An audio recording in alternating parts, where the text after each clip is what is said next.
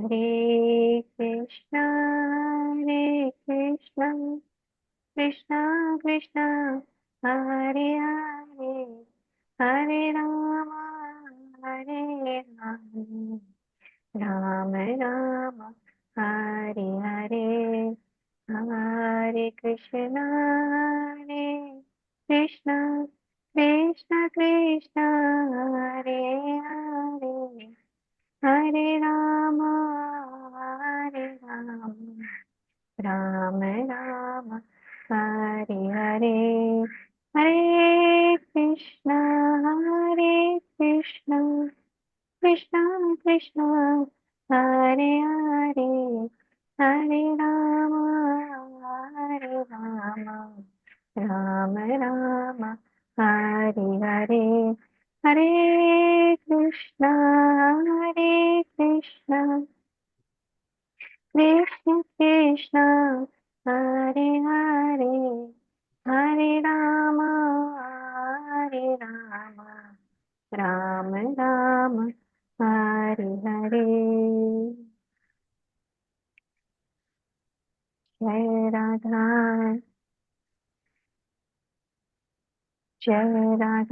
माधव जय कुंज बिहारी जय राधा माधव जय कुंज बिहारी जय गोपी जनवल्लभ जय गिरिवरधारी जय गोपी जनवल्लभ जय गिरिवरधारी यशोदानन्दन व्रज जनरञ्जन यशोदानन्दन व्रज जनरञ्जन जमुनातीरा वनचारि जमुनातीरा वनचारि जय राधा माधव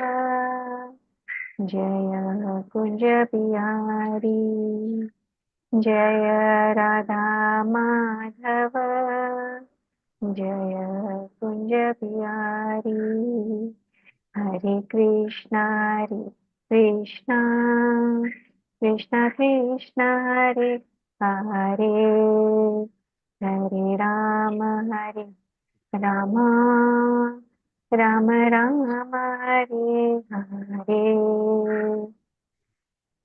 हरे कृष्णा कृष्णा कृष्णा कृष्णा हरे हरे हरे राम राम राम हरे हरे हरे कृष्णा कृष्णा कृष्णा हरे हरे हरे राम राम राम हरे हरे जय श्री प्रभुपाद.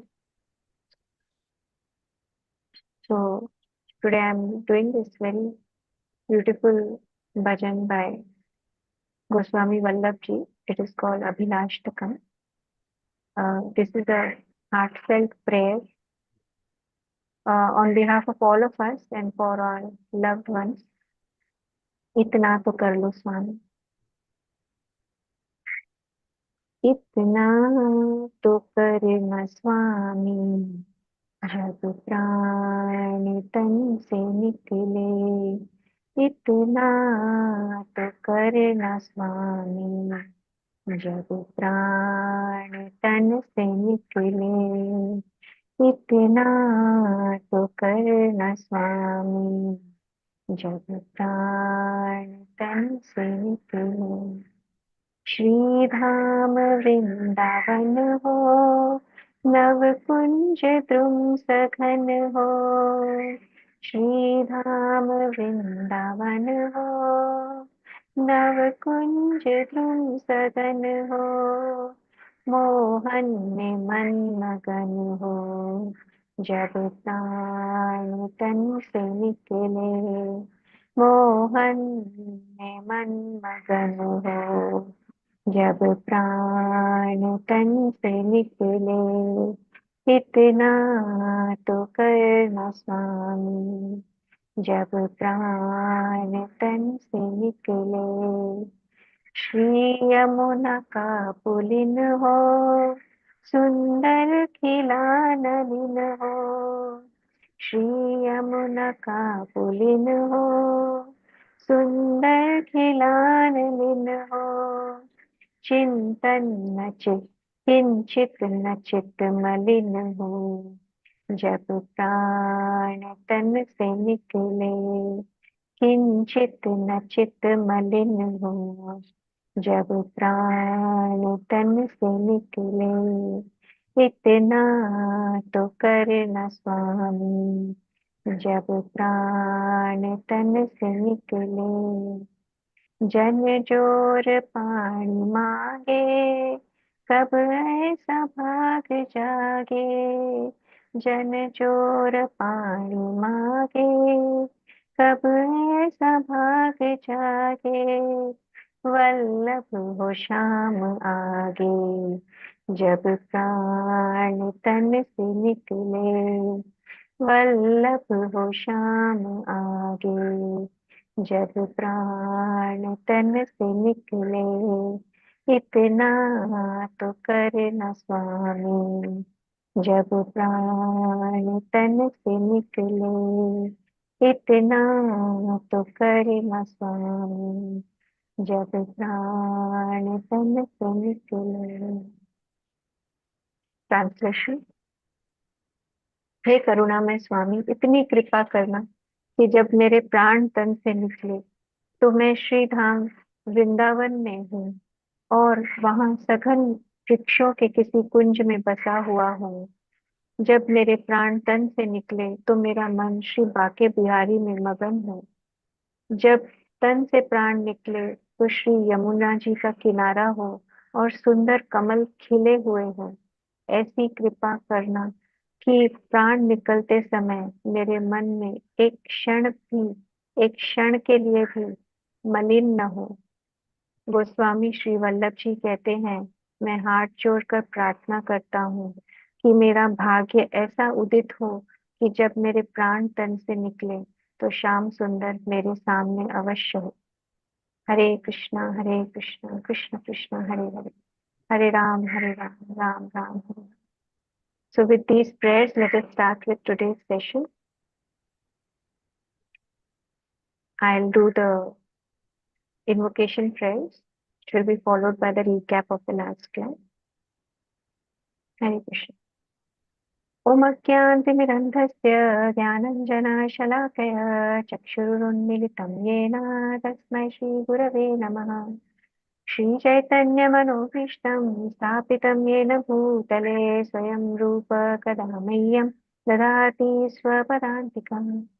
वन्देऽहं श्रीगुरो श्रीयुतपदकमलं श्रीगुरु वैष्णवांश्च श्रीरूपं साग्रजातां सहगणा रघुनाथान्वितं तं सजीवं साद्वैतं सावधूतं परिजनसहितं कृष्णचैतन्यदेवं श्रीराधा कृष्णपादान् सहगणा ललिता श्रीविशाखावितंश्च।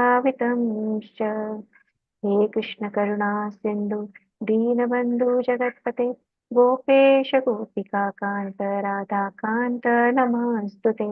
तप्त कांचन गौरांगी राधे वृंदावनेश्वरी वृषभानुसुते देवी प्रणमामि हरिप्रिये। वाञ्छ कल्पतरुभ्यश्च कृपा सिन्धुभ्यैव च पतितानां पावनेभ्यो वैष्णवेभ्यो नमो नमः। जय श्री कृष्ण चैतन्य प्रभु नित्यानंद, श्री अद्वैत गदाधर श्रीवासादि गौरवृंद। जय श्री कृष्ण चैतन्य प्रभु नित्यानंद, श्री अद्वैत गदाधर श्रीवासादि गौर भक्तवृंद। हरे कृष्णा कृष्ण कृष्ण हरे हरे, हरे Ram Ram Ram Hare Hare. Prayers to Mahaprabhu. नमो महावदन्याय कृष्णप्रेमप्रदायते कृष्णाय कृष्णचैतन्य नामिने गौरतिशे नमः. O most magnificent incarnation, you are Krishna himself appearing as Sri Krishna Chaitanya Mahaprabhu. You have assumed the golden color of Srimati Radharani and you are widely distributing pure love of Krishna. We offer our respectful obeisances unto you. कृष्णवर्णं तुषाकृष्णं शाङ्गपाङ्गश्च यज्ञैः सङ्कीर्तनप्रायैर्यजन्ति सुमेधसः. In the age of Kali, intelligent persons perform congregational chanting to worship the incarnation of Godhead, who constantly sings the names of Krishna. Although his complexion is not blackish, he is Krishna himself. He is accompanied by his associates, servants, weapons, and confidential companions. Prayers to the six Goswamis of Vrindavan. नानाशास्त्रविचारणैकनिपुणौ शरधर्मसंस्थापकौ लोकानां हितकारिणौ त्रिभुवने मान्यौ शरण्याकरौ राधाकृष्णपदारविन्दभजना नन्देन मत्तालिकौ वन्दे रूपसनातनौ रुगयुगौ श्रीजीवगोपालकौ. I offer my respectful obeisances to the Goswamis of Vrindavan, Sri Rupa Goswami, Sri Sanatana Goswami, Sri Raghunath Das Goswami, Sri Raghunath Bhatta Goswami, Sri Jiva Goswami, and Sri Gopala Bhatta Goswami, who are expert in scrutinizingly studying all the revealed scriptures with the aim of establishing eternal religious principles for the benefit of all living beings. And they are honored all over the three worlds and worth taking shelter because they are observed in the mood of the gopis and they are engaged in the transcendental loving service of Shri Radha and Shri Krishna. Om Namo Bhagavate Vasudevaya. Om Namo Bhagavate Vasudevaya. Om Namo Bhagavate Vasudevaya. Narayanam Namaskritya Naram Chaiva Narottamam Devim Saraswatim Vyasam Tato Jayam Mudirayet Nashtaprayeshu Bhatreshu Nityam Bhagavata Sevaya Bhagavati Uttama Shloke Bhaktir Bhavati Naishtaki. Hare Krishna Krishna Krishna Hare Hare Hare Rama Rama Rama Hare Hare Krishna. Please accept my humble obeisances. So, recap, I think Sanjeev Prabhuji, Hare Prasad Prabhuji, I don't know. Hare Krishna. Over to you. Sanjeev Prabhuji, I think he's coming up. He was here.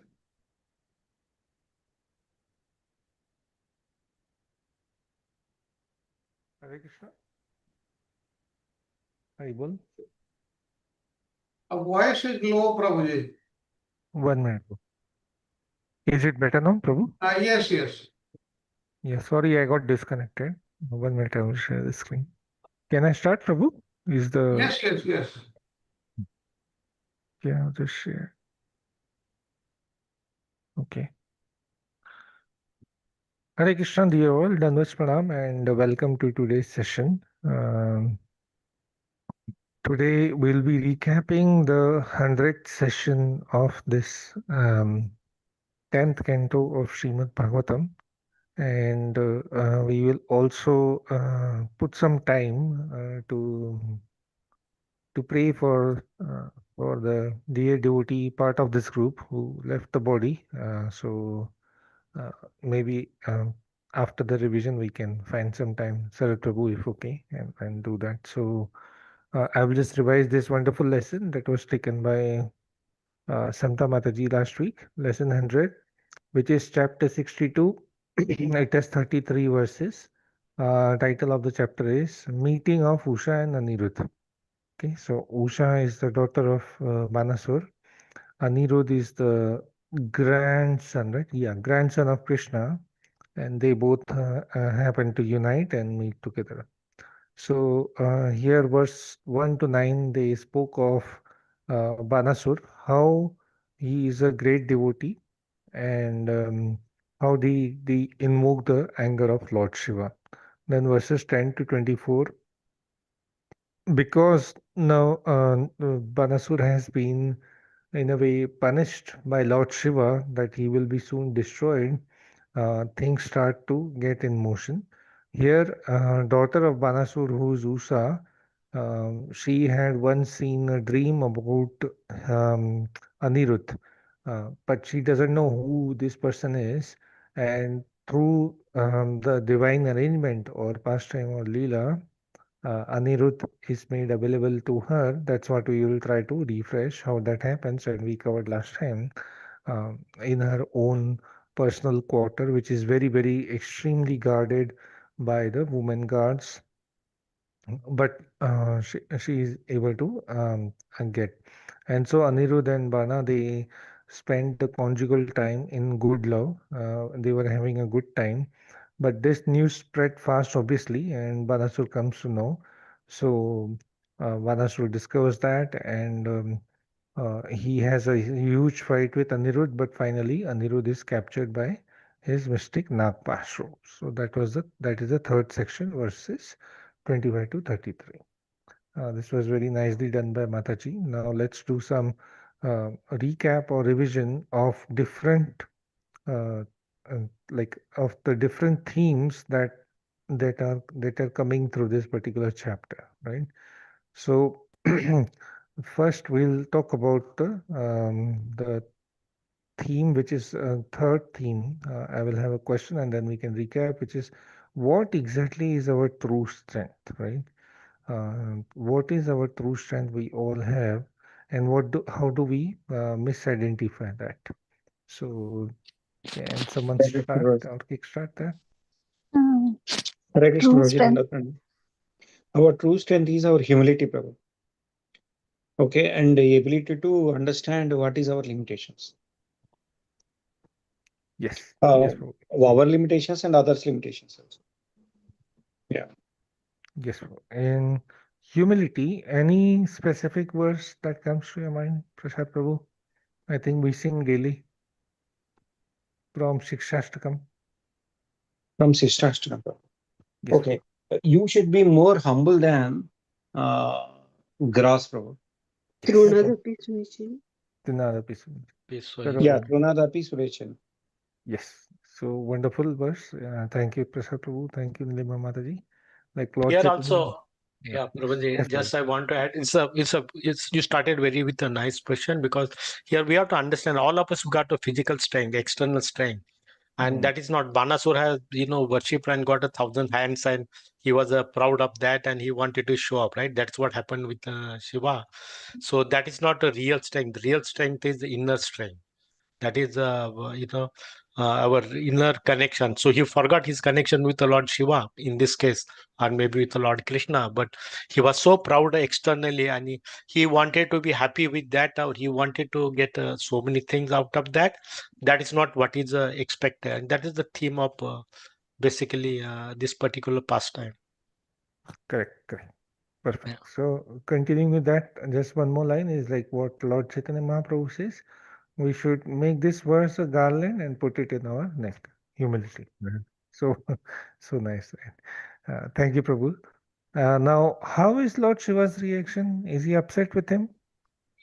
No, no, I will not do. Is that how he reacts? How does Lord Shiva react to this um, the request of or the prayer of Banasura, which makes him angry? He is so compassionate. He's, The he's nature of very the divine. Yeah. Yeah. Go ahead, Yes. Mataji. Go ahead. was he was very compassionate nature of the divine. So due to his, though he was arrogant, but he was reluctant to harm Banasura. Yes, yes. So, who is Banasur? Thank you, Mataji. Yes, Banasur, we revised, is the elder son of Bali Maharaj. Bali Maharaj, we saw he was powerful but very, very wonderful devotee. He is considered as Acharya of Renan. Sorry, what's that? the epitome Bar of Mahajan, 12 uh, Mahajan. 12 One Mahajan, of the two. 12 Mahajan, and he's recognized for complete surrender. So such a wonderful personality his father was. So it's considered that okay, he will also be blessed, but he becomes very arrogant, and then he prays to Lord Shiva that, like Mataji said very nicely, that you have given me 1,000 hands and I get the itch to fight, but nobody satisfies that. So what they have become a burden on me. So that's why Lord Shiva is angry and tells him that okay, that will be very soon. So he's angry, but then still he is compassionate. That is the nature of Yeah. a divine. And in Bhagavad Gita, the verse we have, Suridham Sarva Bhutanam. He's always like the Lord and his friend, no matter how much um, fallen or in the wrong state we are, they are still always compassionate to us. And it is the compassion of Srila Prabhupada that we are sitting here and reading this and analyzing this. If Prabhupada was not there, no Bhagavatam, then how would we do? And then it is compassion of our dear Prabhu that is taking so much time, Jal Prabhuji, like putting this together, and Sarat Prabhu also organizing this nightly. So thank you, Prabhus. Let's continue. Um, uh, for being compassionate to us, though we do not deserve. Yeah.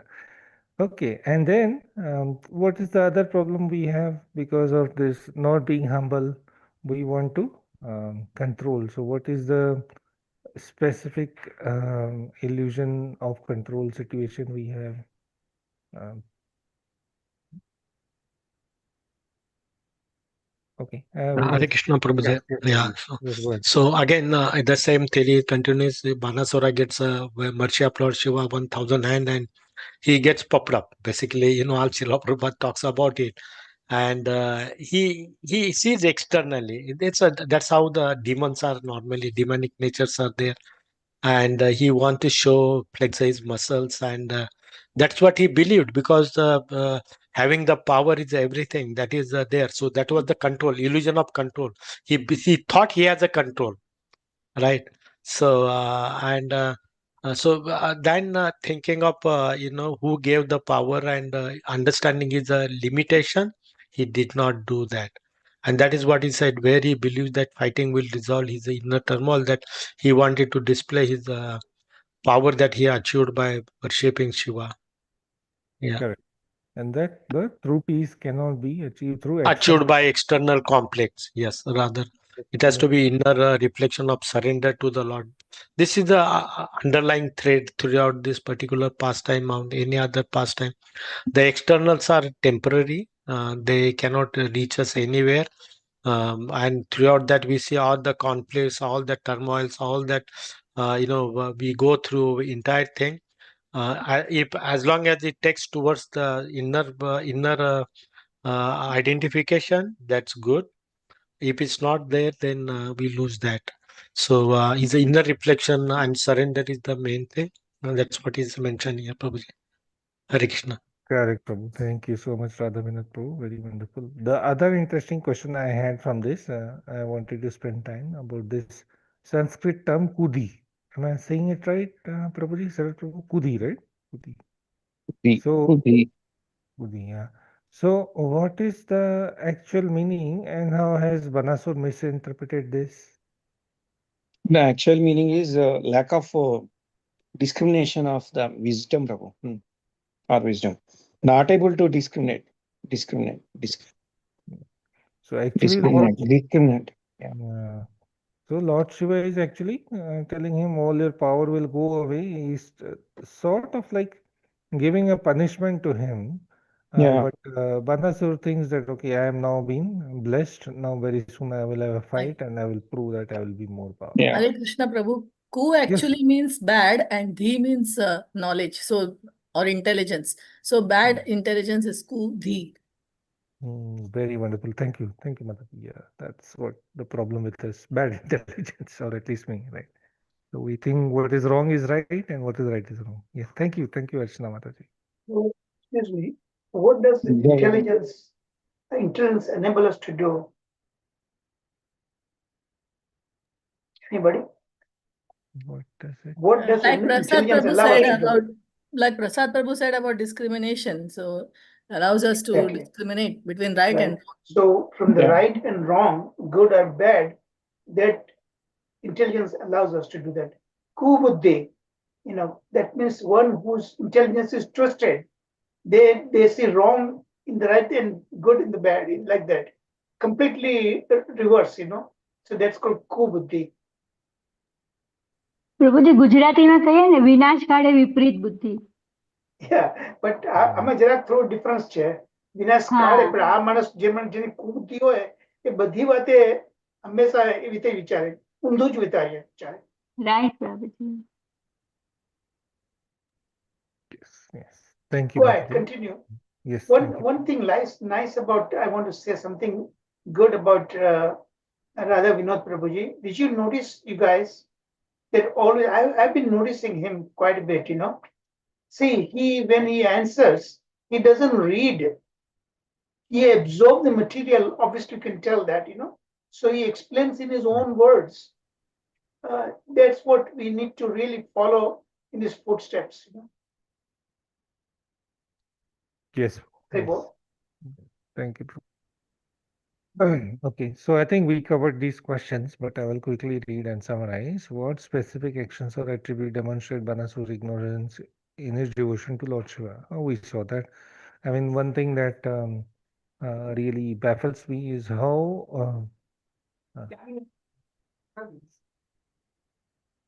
one thing that really baffles me is how Banasura he worships Lord Shiva. He knows his position and what he asks him. Okay, you be my god. That's so baffling that you're worshipping a person and you're making that person your bodyguard or a watchman. So that's not so appreciative in my personal opinion. But It I is think we can- superficial relation. Yeah. Internally he did not surrender unto him. Yes, yes, so yes, Mataji. Yeah, but then again, this is Leela of the Lord. What to say? How to cultivate humility? Prabhuji, your voice is very So slow. it's going low. Okay, Hare Krishna. Yeah, Is it yes, better? now it's okay. It's Keep the okay now. mic. How can one cultivate humility in face of spiritual strength without falling in the trap of self-deprecation? In what ways can the lessons from Banasu's story be applied to modern day struggle with pride and the desire for recognition? I think we also covered this. The key thing is to cultivate humility, and how do we do that? We continue through our practice of bhakti, right? That's the main thing. Engaging in acts of service. Main thing is service. One important thing any devotee must ask for is do we have service? So we must be engaged in some sort of service activity and do our best, and that will keep us humble. Okay, in what ways can the lessons from Vanasa's story be applied to modern day struggle with pride and desire for recognition? I think we covered that part as well. So, in the interest of time, let me move ahead. Now, the next part of this chapter, where we know the daughter of Banasur is Usha, and she dreams of this person, Anirudh, but she has a and she falls in love, and she her whole psychology changes, which is noticed by her friend. So who can tell who is the friend of Usha, who helps her also to get any Lekha was her friend. Chitralekha. Yes, yes, wonderful. And what is the mystic power she has? Special mystic power? She could paint the painting. What is she could see in her dream, like Usha saw in a dream, Aniruddha, and she could paint it on canvas. Yeah, and she also Magical had, power she yeah, had. Yeah. yes, and she also had mystical powers. She could transport anybody in sleep from anywhere to anywhere. So wonderful. So this is that the CBI thing of sketch artist, like we see in so many CBI detective serial, right? They do the sketch arting, so that begins Prabhu from जी वो कोई भी लोक में से किसी को भी देख के किसी का भी स्केच बना सकती थी. yes, yes, and she ऐसा could नहीं कि run. सिर्फ भूलोक में, किधर भी जाके वो मतलब इमेज करके वो उनका पावर था वैसा, कोई भी लोक में से. Me. Yes. So we discussed also, thank you, Mataji. Yes, yes, thank you, wonderful. And we also discussed very in depth that this particular desire of Usha, although initially physical, but actually it also is a spiritual longing for a union. Why so? Why it is like uh, seemingly physical, but actually spiritual? If you all remember, anybody? It's not, the answer is not here, but can we guess? Actually, see, once she asked Parvati Mataji that how can I get to whom shall I marry?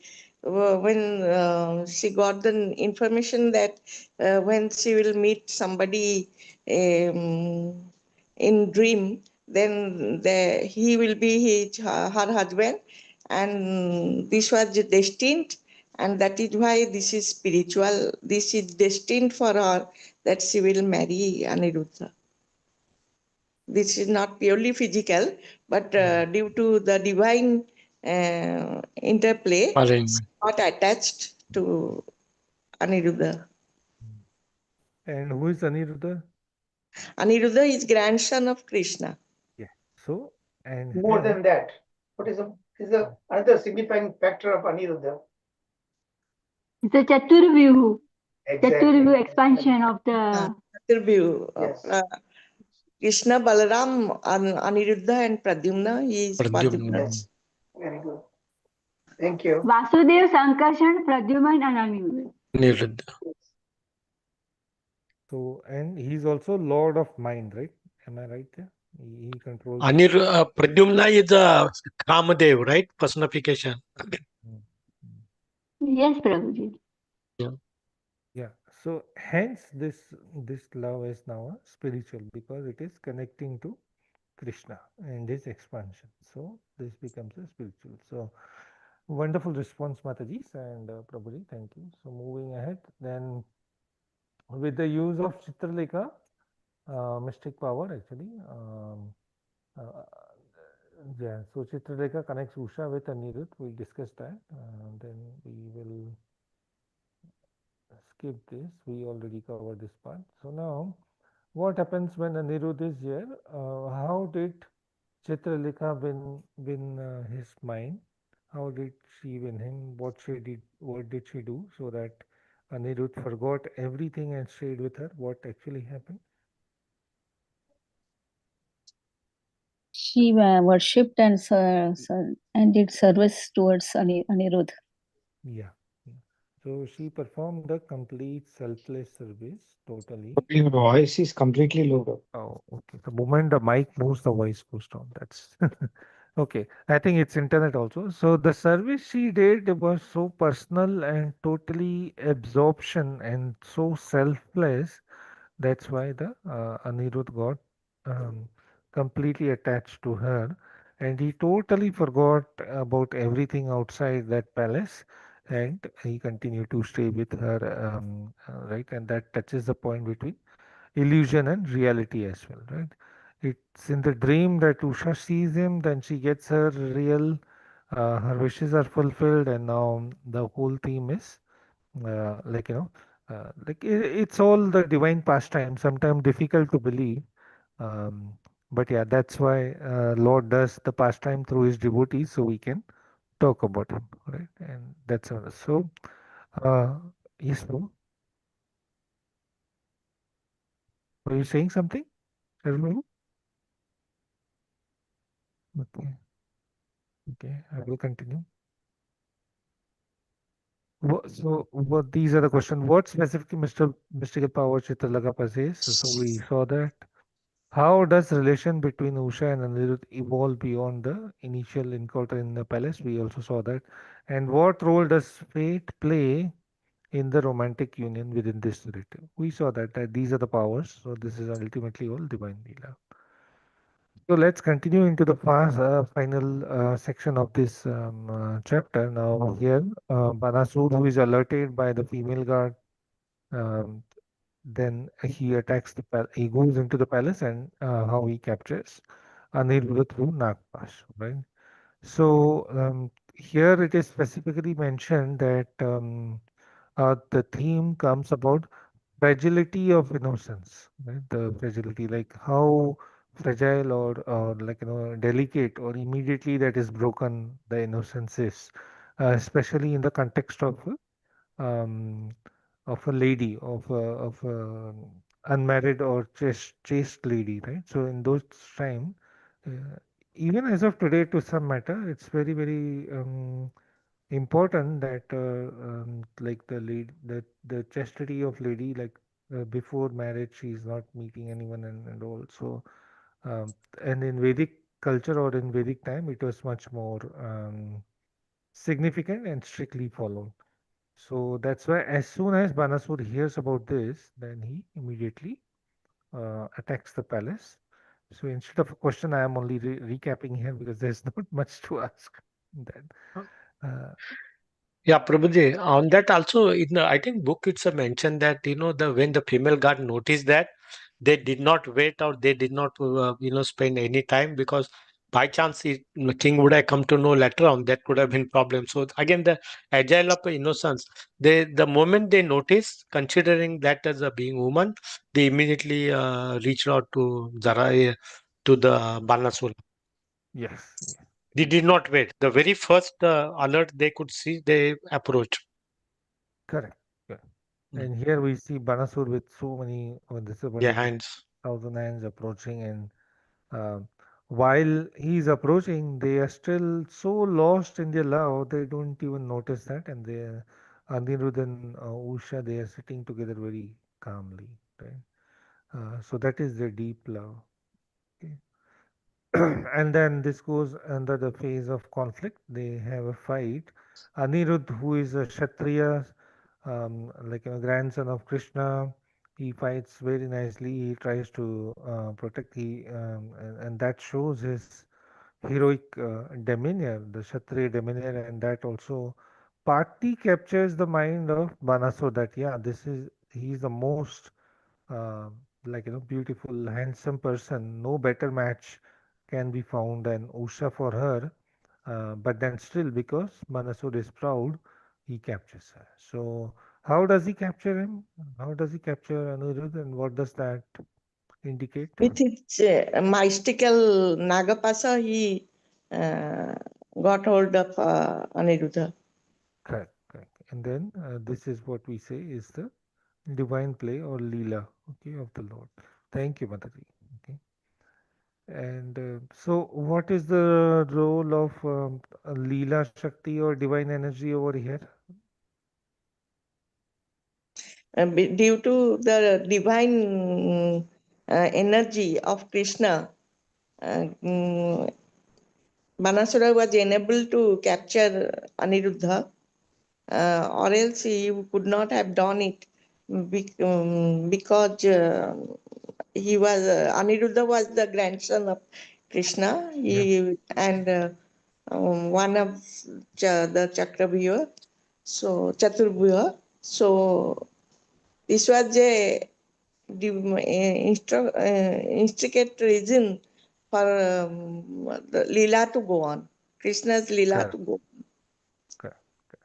Absolutely right. Thank you so much, Mataji, Dipti Mataji. That was wonderful. Correct. Like not an ordinary person here, Anirudh. He is captured by Banasura. So Krishna also sometimes gets himself captured by Mother Yashoda. She can tie him. We know that wonderful pastime, the Damodar Leela. The month is to come soon.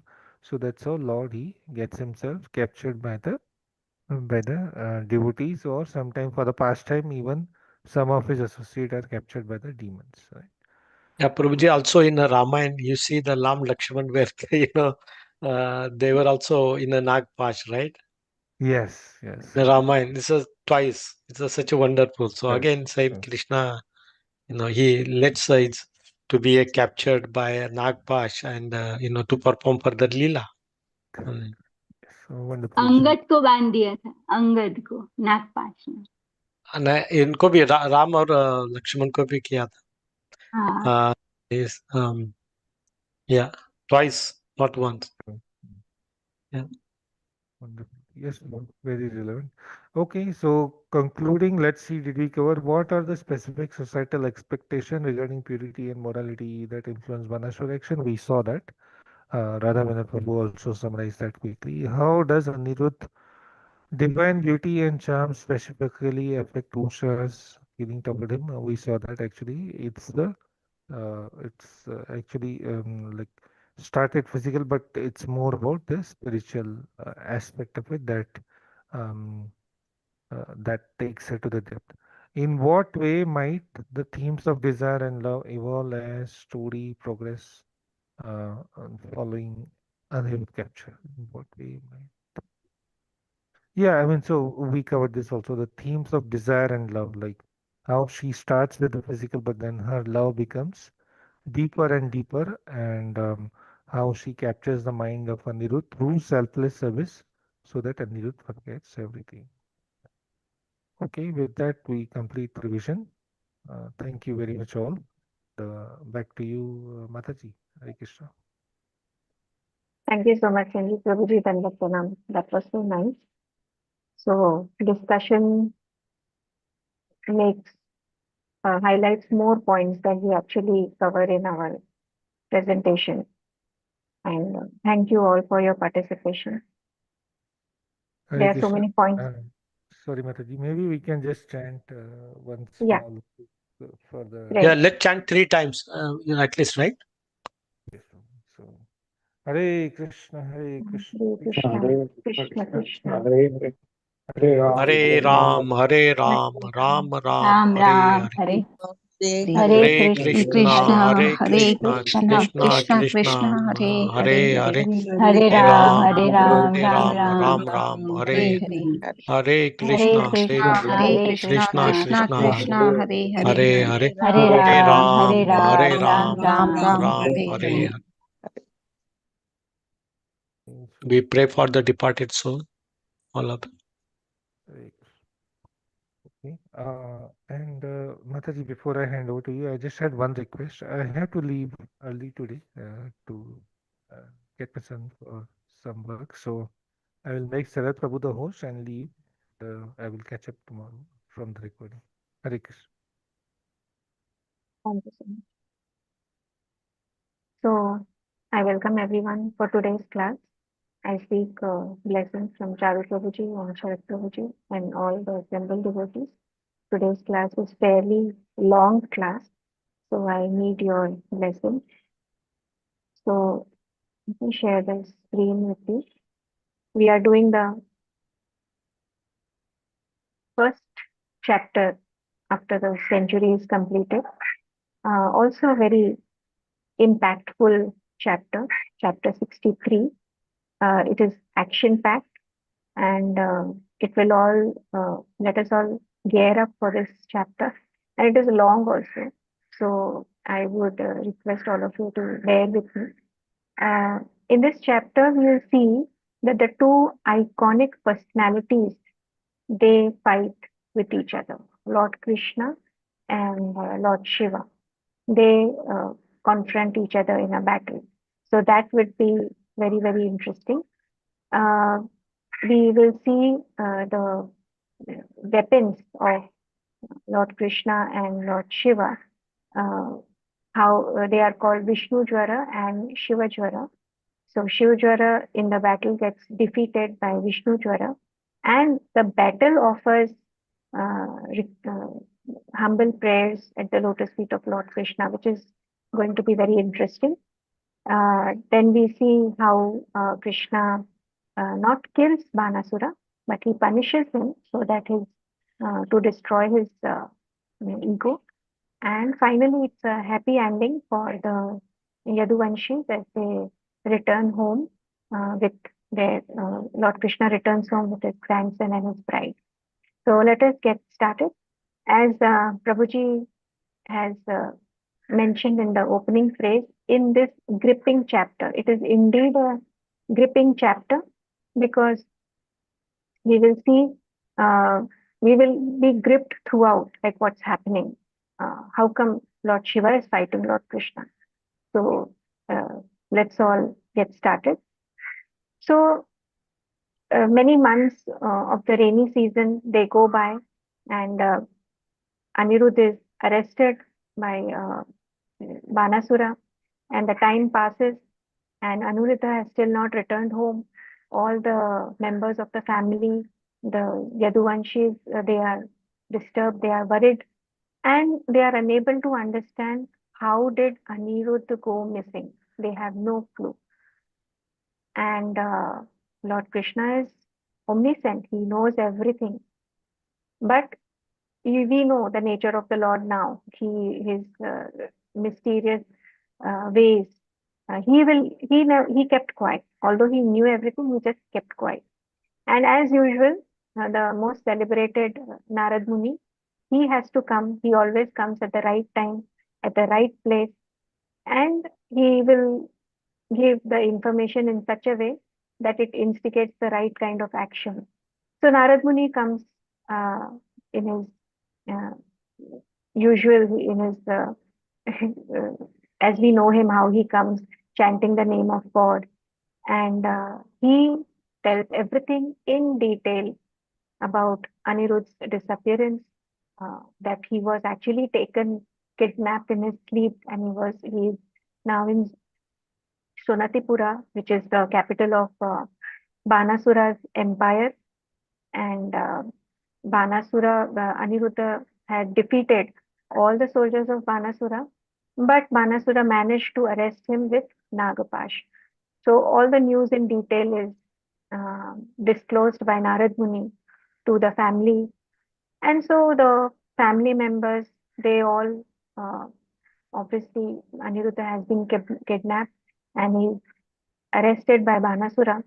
So definitely all the family members, including Pradyumna, his father, Satyaki, Gada, Samba, Sharana, Nanda, Upananda, Bhadra, all the family, all the Yaduvanshis, they come together and they gather uh, 12 Akshayuni Sena. 12 Akshayuni Sena, uh, huge Sena. Jarasanga had a bigger one. He had 23 Akshayuni Sena. So they gather 12 Akshayuni Sena and they all go together to, they plan an attack they plan an attack to Shonatipura, and they surround the whole city with the horses, elephants, and the chariots, and so many soldiers. So now Banasura, he hears that he is being attacked by the Yaduvanshis, and they are just trying to uh, get inside. They are breaking the walls and the gates, and they have come inside the gardens. So he only got infuriated that he immediately ordered his soldiers who were like he told like he gave orders to the soldiers who were equal to face the army of Lord Krishna.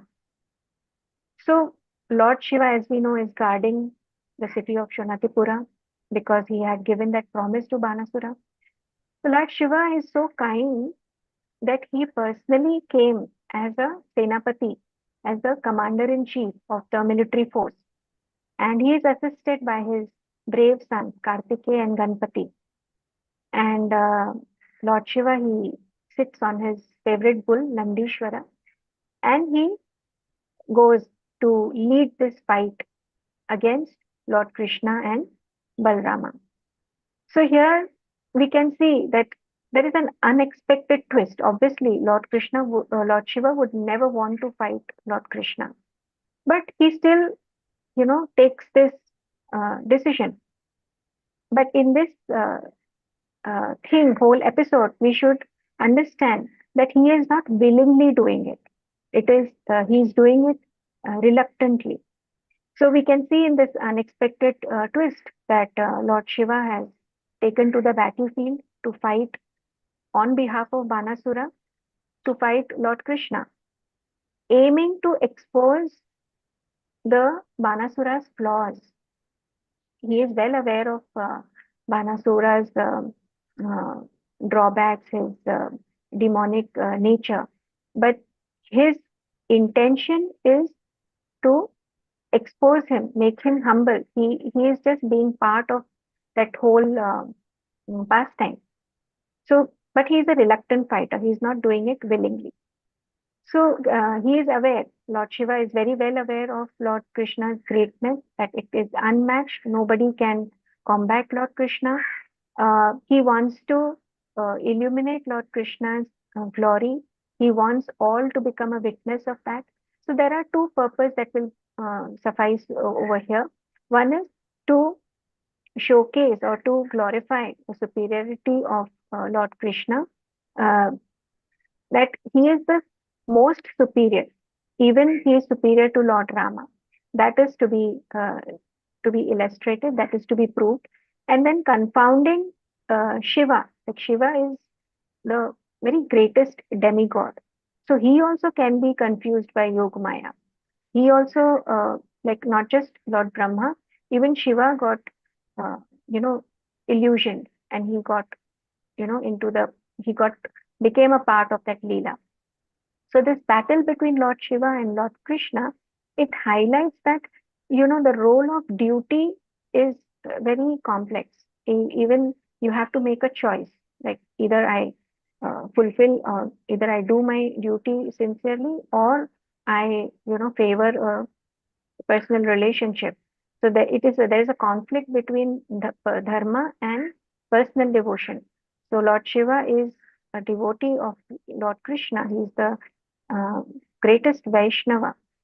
His reluctant participation in this conflict on behalf of Banasura shows that the weight of duty is very heavy, and sometimes it conflicts with our own personal beliefs and relationships. So this theme, it highlights the question of the nature of duty. Is it an unwavering obligation, or can it be shaped by emotional and moral considerations? So that is the question to be asked. And it invites us to reflect on how we can still do our responsibilities while balancing it with our own convictions. So this is how the war started. So now Lord Shiva against Lord Krishna. So we can simply imagine how fierce this fighting is going to be. So on one side we have Devokidev Mahadev with his very brave sons. On the other side we have the Supreme Personality of Godhead with Lord Balrama. And the fighting was so fierce that those who saw this battle, they were struck with wonder, and their hairs stood up on their bodies. In the war, Lord Shiva, he fought directly, like he engaged himself, he fought directly with Lord Krishna. Pradyumna, he went hands-on with Kartikeya. Lord Balram, he was fighting with the Senapati of Banasura, who is Kumbhanda. Kumbhanda is the Senapati. Balramji was fighting Kumbhanda. Kumbhanda is assisted by Kupakarna. And Samba, who is the son of Lord Krishna, he is fighting the son of Banasura. And Banasura himself is fighting the Senapati of the Yaduvanshi, that is Satyaki. So in this way, the fighting was waged. And the news spread all over the universe. So the demigods, Lord Brahma from the higher planetary system, and the other sages, the great saintly personalities, Siddharth, the Charanas, the Gandharvas, everyone got curious to witness this great fight. So all the aeroplanes of all the demigods, they started hovering over the battlefield. Everybody is witnessing this battle. So just imagine, Lord Shiva is known as Bhutanath. How would be his army? His army would be comprising of bhutas, pretas, dakinis, pishachas, such kind of Vetal and Vinayakas and Kushmandas, Brahma Rakshasas. This is the kind of army Lord Shiva has. And the Supreme Personality of Godhead, Krishna, he saw that, this kind of very dangerous looking army is coming towards him. But it was so easy for Lord Krishna. So he very effortlessly, he just drove them away with his one bow. His bow is Sh- Shrangadhanur, Sharangadhanur. With this one bow, Lord Krishna could manage to uh, make them run away, all these bhayanak creatures. So Lord Shiva, then he started, releasing his very selected weapons against Lord Krishna. And without any difficulty, Lord Krishna was counteracting them with his own weapons. So now it was a time he released the Brahmastra. Brahmastra is known like an atom bomb, and which was counteracted by the Brahmastra of Lord Krishna. So Lord Shiva, he released a particular weapon that, brought hurricane on the battlefield. So Krishna had to represent a opposite element weapon. So he released a mountain weapon. So that checked the hurricane on the spot. And then Lord Shiva released a weapon of a devastating fire. That was counteracted by the weapon of torrents of rain. So then at last, Lord Shiva released a weapon called the Pashupata Astra. Pashupati Astra is his personal weapon. And that could obviously be counteracted by Lord Krishna's Narayana Astra. So Lord Shiva became so exhausted of fighting with Lord Krishna. He released that. So Krishna then took the opportunity of releasing a yawning weapon because he realized they've become very tired. So with this weapon that was released, the yawning weapon, the opposite, like the Banasura's party, which included Lord Shiva, they started becoming tired and they just stopped fighting and they began to yawn. So Lord Shiva became so fatigued that he refused to fight anymore and he also began yawning. So Krishna now he was able to turn his attention from Lord Shiva and he came to Banasura and he began to kill Banasura's army, his personal soldiers with swords and clubs. And so Lord Krishna's son Pradyumna, he was fighting Kartikeya. Kartikeya is the Senapati of the demigods. So Kartikeya got wounded in the fight and he started bleeding profusely. So in this condition, he just, sat on his peacock and he just left the battlefield. And then Lord Balrama, he smashed uh, Kumbhanda. Kumbhanda is the Senapati of Banasura. So he smashed his heads with strokes of his clubs. And he also, smashed Kupakarna. So now Kupakarna also got wounded, and both Kupakarna and Kumbhanda, they fell down on the battlefield. And because Kumbhanda was the Senapati, he lost. So there was no guidance for the soldiers. So the whole army of Banasura, they got scattered here and there. So this was happening between so much of fierce battle was happening. So now when Banasura saw that his soldiers and his commanders had been defeated, his anger only increased. Now because he had demonic qualities, he could have uh, understood the supremacy of Lord Krishna, but because he had a demonic nature which clouded his intelligence, he further only got infuriated. So he thought that it was like I shouldn't be fighting with Satyaki, who is Lord Krishna's Senapati. Instead, I will go and attack Lord Krishna. So he went further and he attacked Lord Krishna. So now he got an opportunity to use his 1,000 arms. Banasura had 1,000 arms, and he rushed towards Krishna, and simultaneously, 500 bows. He released 2,000 arrows with 500 bows, and because he was foolish, he could never measure Krishna's strength, and without any difficulty, what did Krishna do? With his Krishna just cut each of Banasura's bows into pieces, and to check him from going further, he made his horse uh, of his chariot lie down on the floor and broke his chariot into pieces. And then Krishna blew the conch shell, that is his Panchajanya. He blew that. So here we see this intensity of this battle. Now, in this battle, there is a strange thing happens. There was a demigoddess. Her name is Kotara. Now, Kotara is worshipped. She was worshipped by Banasura, and the relationship between Kotara and Banasura was that of mother and son.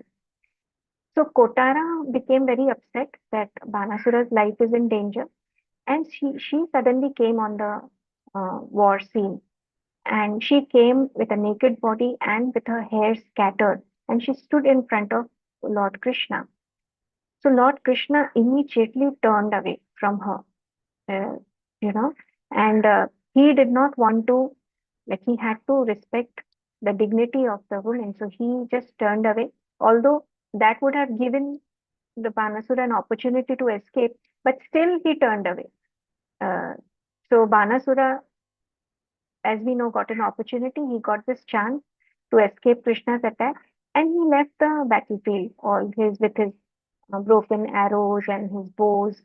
And there was no chariot, no driver, because his chariot was also broken. So there was no alternative for him just to return to the back to the city, because he had lost everything in the battle. So now this particular climatic moment when he was just about to be defeated, Kotara comes. Now this appearance of Kotara, this also shows the emotion, the compassion of a mother. It is like it is a cry of a mother. It shows that how desperate a mother can be to save her son, that she could go to any length. And here, the important point that is highlighted is that this evokes the idea that true strength often incorporates vulnerability. The more vulnerable we are, we discover our true strength. But Krishna, as we know, Lord Krishna is Dharma Samsthapakaya. So he has moral values that is beyond everybody, beyond anyone else. He had to honor human dignity, and although that required, that gave Banasura the chance to escape, but still Krishna turned away. So we can see this mm, from this episode, to what length the mother can go to save the child, and what Krishna can do. He could have just uh, taken that, taken it as a challenge, and he could have just killed, but he thought that no, this is not the right thing to do. So he had to also honor a woman's dignity. So he just turned away. So in this first part, very important points that we can learn is what motivated Lord Shiva to fight on behalf of Banasura, although he was demonic by nature. So this is basically Lord Shiva believed in the transformative power of compassion. He is known as Bhole Baba, Bholanath, and he is associated with, he is recognized for the potential for change in even the most troubled beings. What kind of beings are following Lord Shiva? Bhoots, Pret, Brahma Rakshas, all these kind of, dangerous creatures are following him. So Lord Shiva recognizes, gives them compassion, and gives them a ray of hope to them. So this reflects the idea that mercy and compassion can, uh, you know, uh, generate spiritual awakening, can lead to spiritual awakening, and that one should encourage, one should see a person beyond their faults. So Lord Shiva does not see the faults of all these people, all these bhutas and pretas. So he is accepted, he accepts them. He shows mercy to these kind of creatures with the hope that one day they will be spiritually awakened. So now Maya, what is what role does Maya play? What does Maya do? How does she affect an individual's perception of Krishna and their ability to connect with Krishna? So Maya completely clouds one's judgment. Maya destroys one's viveka, and but it is not that bad. It also gives an opportunity for growth. It suggests that if a person practices purification, practices devotion, discipline, that person can transcend Maya and that person can develop a clear understanding of Krishna and can be more deeply connected to Krishna. And then the last question is, in what ways can mercy and devotion be practically applied in daily spiritual practice? So mercy and devotion are not lofty ideals. They are tangible, achievable goals. And it involves cultivating compassion towards oneself and others, as well as dedicating time to sincere worship. So, uh, mercy and devotion actually means dedicating one's life and time to sincere worship of the Lord.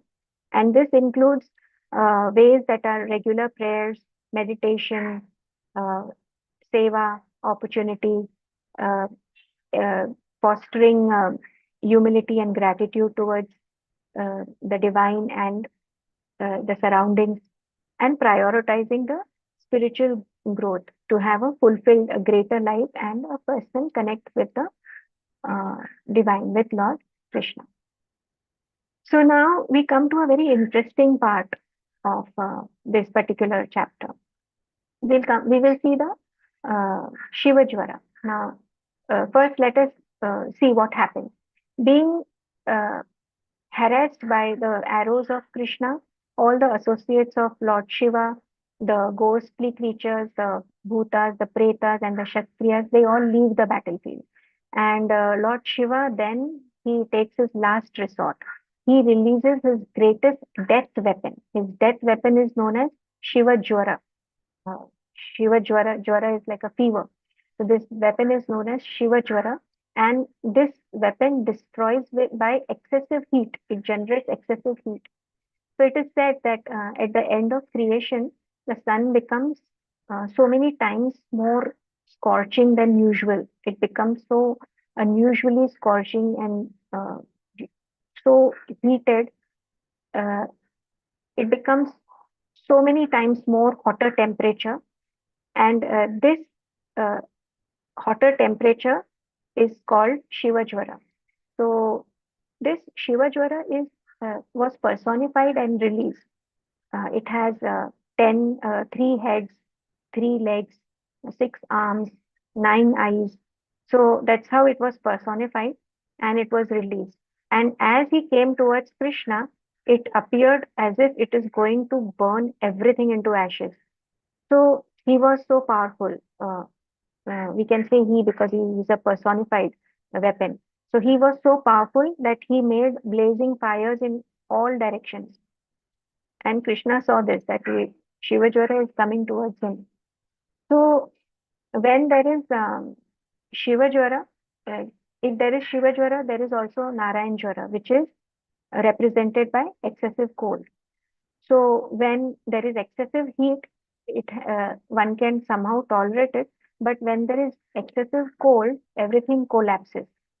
So this is also experienced when a person is facing death. At the time of death, the body temperature increases too much. And then the whole body collapses immediately, becoming as cold as ice. So this particular phenomenon can be experienced by a person facing death also. So to counteract to this scorching heat weapon of that is Shiva Jwara, there was no other weapon than the Narayan Jwara. Now Lord Krishna saw that Shiva Jwara has been released. He also had no other recourse than to release Narayan Jwara. Lord Krishna is the original Narayana and he is the controller of the Narayana Jwara weapon also. So when Narayana Jwara was released, there was a great fight between the two Jwaras, the Shiva Jwara and the Narayan Jwara. So when the excessive heat is counteracted by excessive cold, naturally the hot temperature starts, reducing gradually. And this is what occurred in the fight also between Shivajwara and Narayana Jwara. Gradually, Shivajwara, the temperature of Shivajwara started becoming less, and Shivajwara then started to cry in pain, and it asked help from Lord Shiva because he was the weapon of Lord Shiva. Lord Shiva was the master of Shivajwara. So he was crying for help from Lord Shiva. But Lord Shiva was unable to help him in the presence of Narayana Jwara. He was helpless, unable to help him from, he got no help from Lord Shiva. Shiva Jwara could not understand how to, escape this, how to come out of it. He was suffering so much that he, as a weapon, he understood the importance, the superiority of Lord Krishna. He understood that there is no way out then to surrender to Lord Krishna.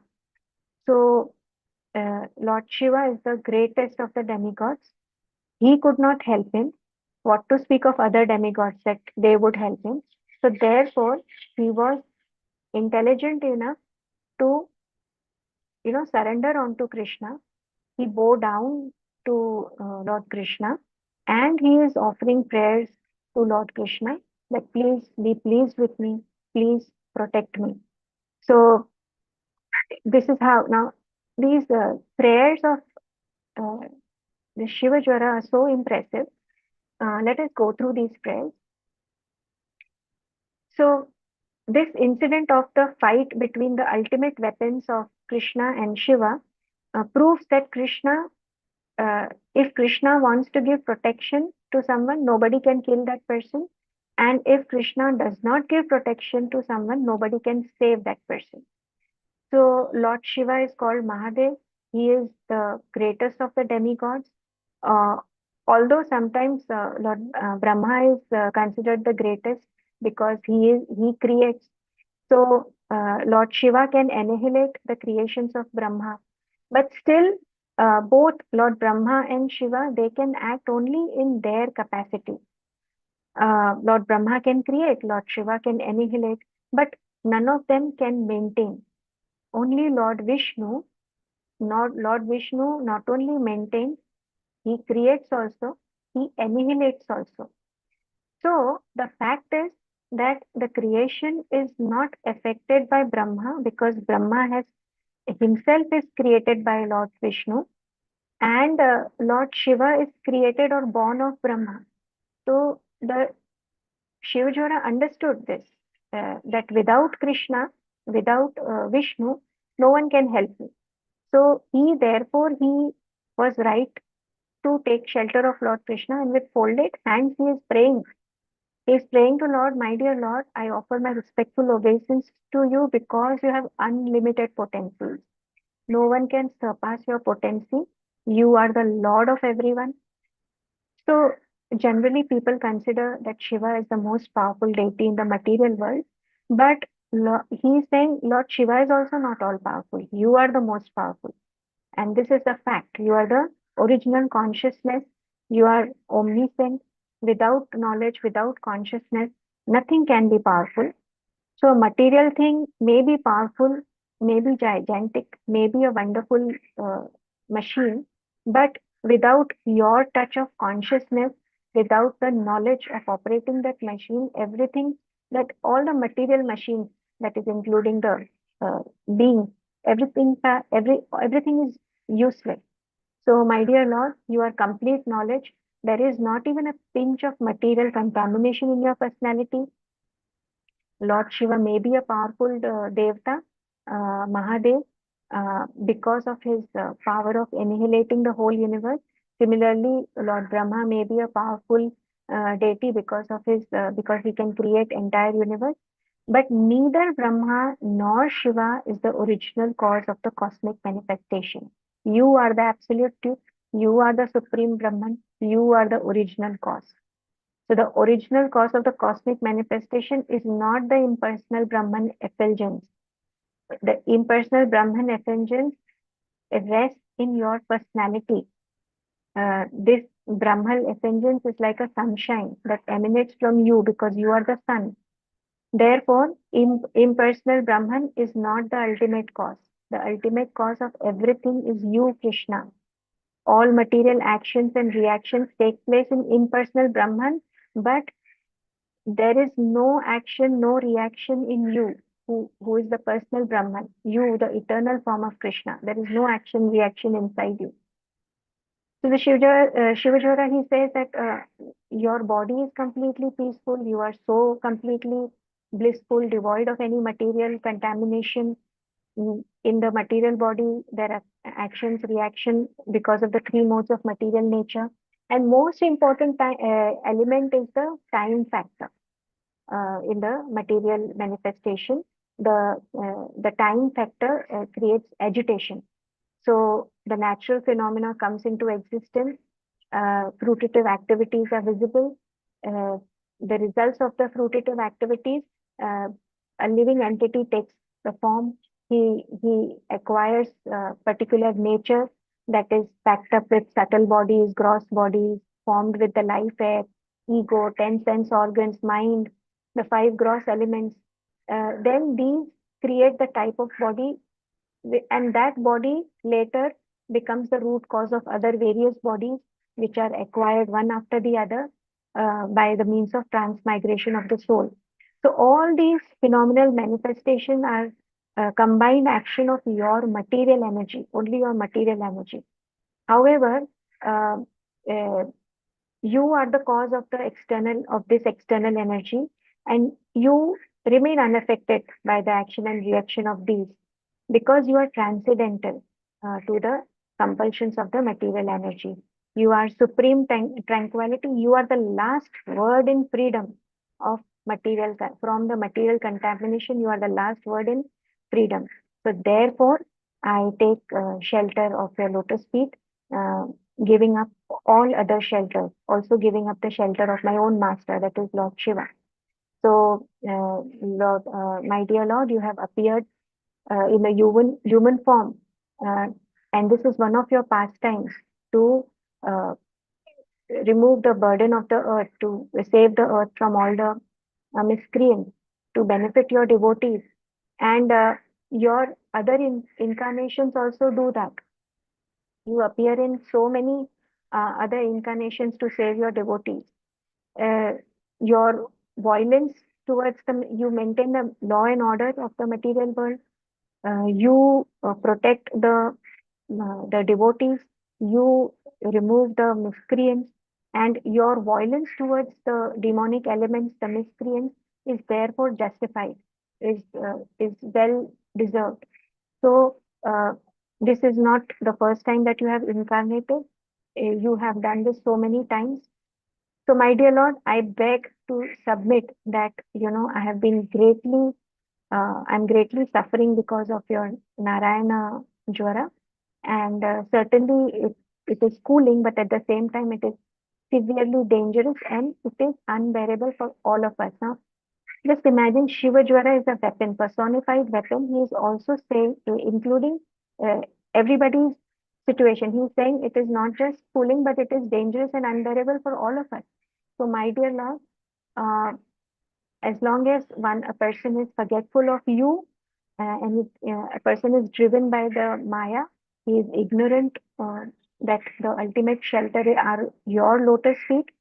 So the one who has accepted the material body is always disturbed by the three modes of material nature. And because of that, they continue suffering and they do not, surrender to you. So like this, he, seeks protection from the Lord Krishna, the Supreme Personality of Godhead. So now Lord Krishna is so pleased with him. He hears him. As we know, Lord hears everyone. So he hears him and he responds to him also. Lord Krishna tells him, "O three-headed one, I'm so pleased with your statement.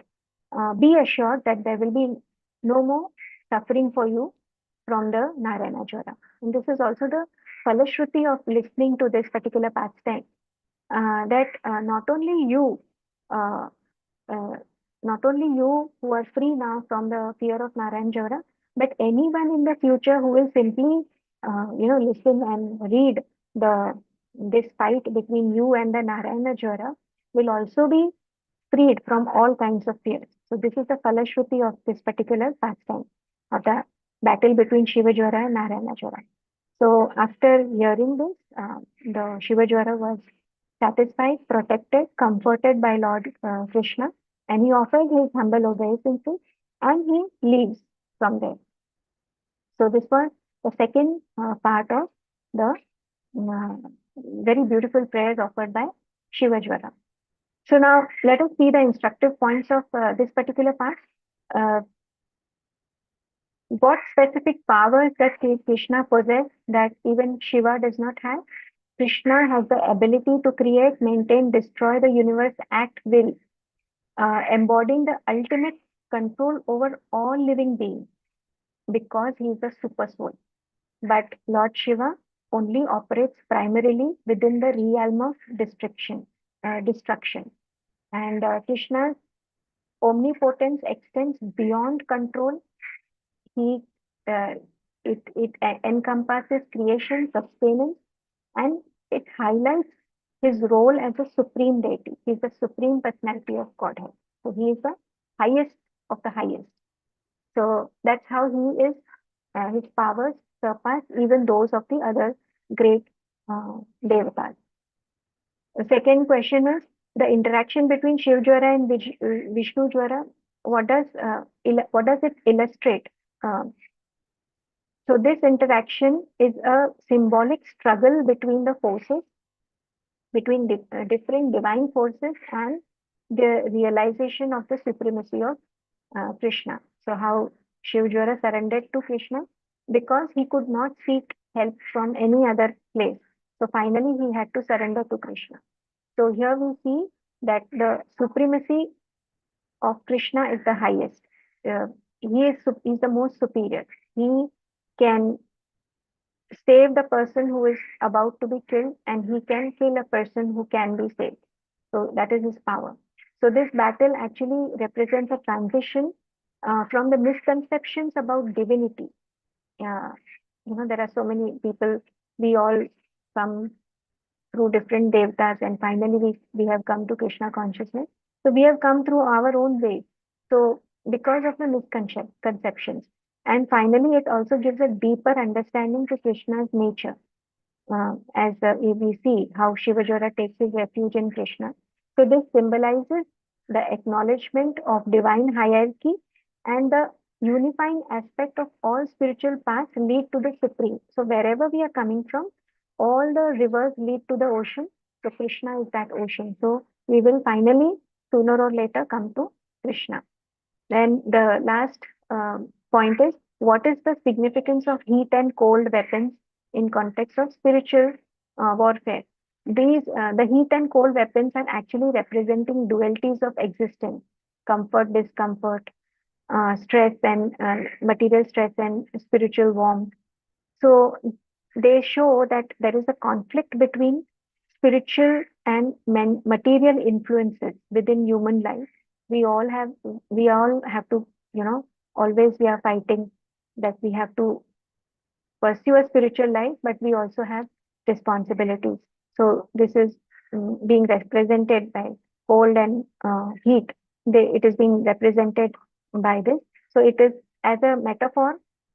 This battle acts as a metaphor for the inner struggles that is faced by an individual as they seek to transcend material attachments and ultimately find solace and salvation in pure spiritual consciousness, that is Krishna. So, like Shiva Jwara, we will ultimately find our solace and salvation in Krishna. So, because it is a fairly huge chapter, I would not take a break. I'll go ahead. So now Shiva Jwara leaves. Now Banasura, who is now, he went back, like he got defeated, his mother saved him, he went back to his palace, he escaped, and now he is recovered again from his setbacks, and with a regenerated energy, he's returned to fight. Now, this time, he directly comes in front of Krishna. How is he coming? He comes in his chariot with different kinds of weapons in his 1,000 arms, and he's very agitated. Banasura, he just flashed different weapons upon Lord Krishna like torrents of rain. It is raining weapons on Krishna. And Lord Krishna saw that the weapons of Banasura are coming towards him. So what did he do? He just effortlessly releases Sudarshan Chakra. And what did Sudarshan do? Sudarshan Chakra, he began to cut down the arms of Banasura. One by one, it's cutting the arms of Banasura as if a gardener is trimming the lawn of his garden. So like that, his arms are going one by one. So Lord Shiva saw this, that Banasura won't be saved now. And he was there. So because he was yawning and he was feeling sleepy, he immediately comes to his senses and personally he comes before Lord Krishna and he began to pacify Lord Krishna with his prayers. Now, before this, we saw the prayers of Lord Krishna. Now, here, the prayers of Shiva Jwara, that is the weapon of Lord Shiva. Now, we will see the prayers of Lord Shiva also, which are also as elaborate as humble, as elaborate as Shiva Jwara. Lord Shiva starts worshipping. He says, "My dear Lord, you are the worshipable object of Vedic hymns. The one who does not know you, that foolish person considers that Brahma Jyoti is the impersonal Brahma Jyoti is the ultimate supreme absolute truth. Without knowledge that you exist, they don't know that you are the existing power behind that Brahma Jyoti. You are in, and you are the power behind that Brahma Jyoti. People are not aware of that. So, my dear Lord, you are therefore Parabrahman. Because you are the source of that spirit, the Brahma Jyoti, you are Parabrahman. And you saintly people, they when they are completely devoid of material contamination, that those people, those pure saints, they realize your transcendental form. Your form is, you are like all pervading like a sky. You are unaffected by material things. And being so unlimited, only a devotee can, a pure devotee, your pure devotee can realize you, and no one else can realize you. What to say of the impersonal personalists? They are only bewildered. So if you see in your supreme existence, in your impersonalist conception of your existence, the sky is just like your navel. The fire is your mouth. The water is your semen. The heavenly planets are your head. All the directions are your ears. The earth is your lotus feet. The moon is your mind, and the sun is your eye. So, as far as I am concerned, I am your ego. The ocean is your abdomen. The king of heaven, Indra, is your arm. The trees and plants are the hairs on your body. The clouds are the hairs of your head. Lord Brahma is your intelligence. So all the great progenitors, the Prajapatis, they are your symbolic representatives. Religion is your heart. The impersonal feature of your supreme body is conceived in this way, but you are ultimately the supreme person. The impersonal feature of your supreme body is just a very small expansion of your energy, but you are like the original fire, and your expansions are like the light and the heat. My dear Lord, since you are manifested universally, the different parts of the universe are the different parts of your body, and by your inconceivable potency, you can simultaneously be localized and you can be universal. So it is stated in the Brahma Samhita that you always remain in Goloka Vrindavan, but you are present everywhere. So you appear to protect your devotees, and your appearance indicates good fortune for all the universe. all the demigods and the directing are all the demigods are the different they are directing different affairs of the universe by your grace only, and the 7 upper planetary systems are maintained by your grace. At the end of this creation, all the manifestations of your energies, whether in the shape of demigods, human beings, lower animals, enter into you only. And all immediate and remote causes of the cosmic manifestation rest in you only, without distinctive features of existence. So ultimately, there is no possibility of distinction between you and any other thing uh, on an equal level with you or subordinate to you. You are the ultimate. You are uh, you are the whole. You are the supreme whole. You are one without the other. You in the phenomenal manifestation, there are 3 stages. A stage of consciousness is there, a stage of semi-consciousness, that is dreaming, and a stage of unconsciousness. But you are transcendental to all these material stages of existence. You exist, therefore, in the 4th dimension, and your appearance and disappearance do not depend on anything beyond yourself. You are the supreme cause of everything, but you yourself do not have any cause. So, you yourself cause your own appearance and disappearance. And despite your transcendental position, my lord, in order to show your 6 opulences and to show your transcendental qualities, you appear in different avatars like uh, Matsya Avtara, Kurma Avtara, Bhor, Narsimha, Keshava, and many other avatars in your personal manifestation. And you have appeared in this as Krishna also. To protect the devotee.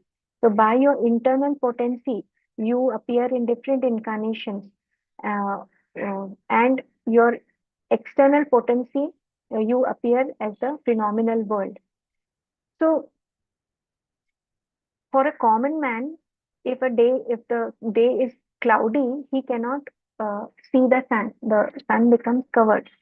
So that is because but that doesn't mean the sun is not there. It is just covered. It just makes the whole sky cloudy. Similarly, for less intelligent beings, uh, they claim that there is no God because they cannot see it. Because for them, because their intelligence is covered, their perception is covered, so they can't see you, nor they can realize your energy. So your unlimited potent activities are experienced only by the devotees, only by the enlightened souls.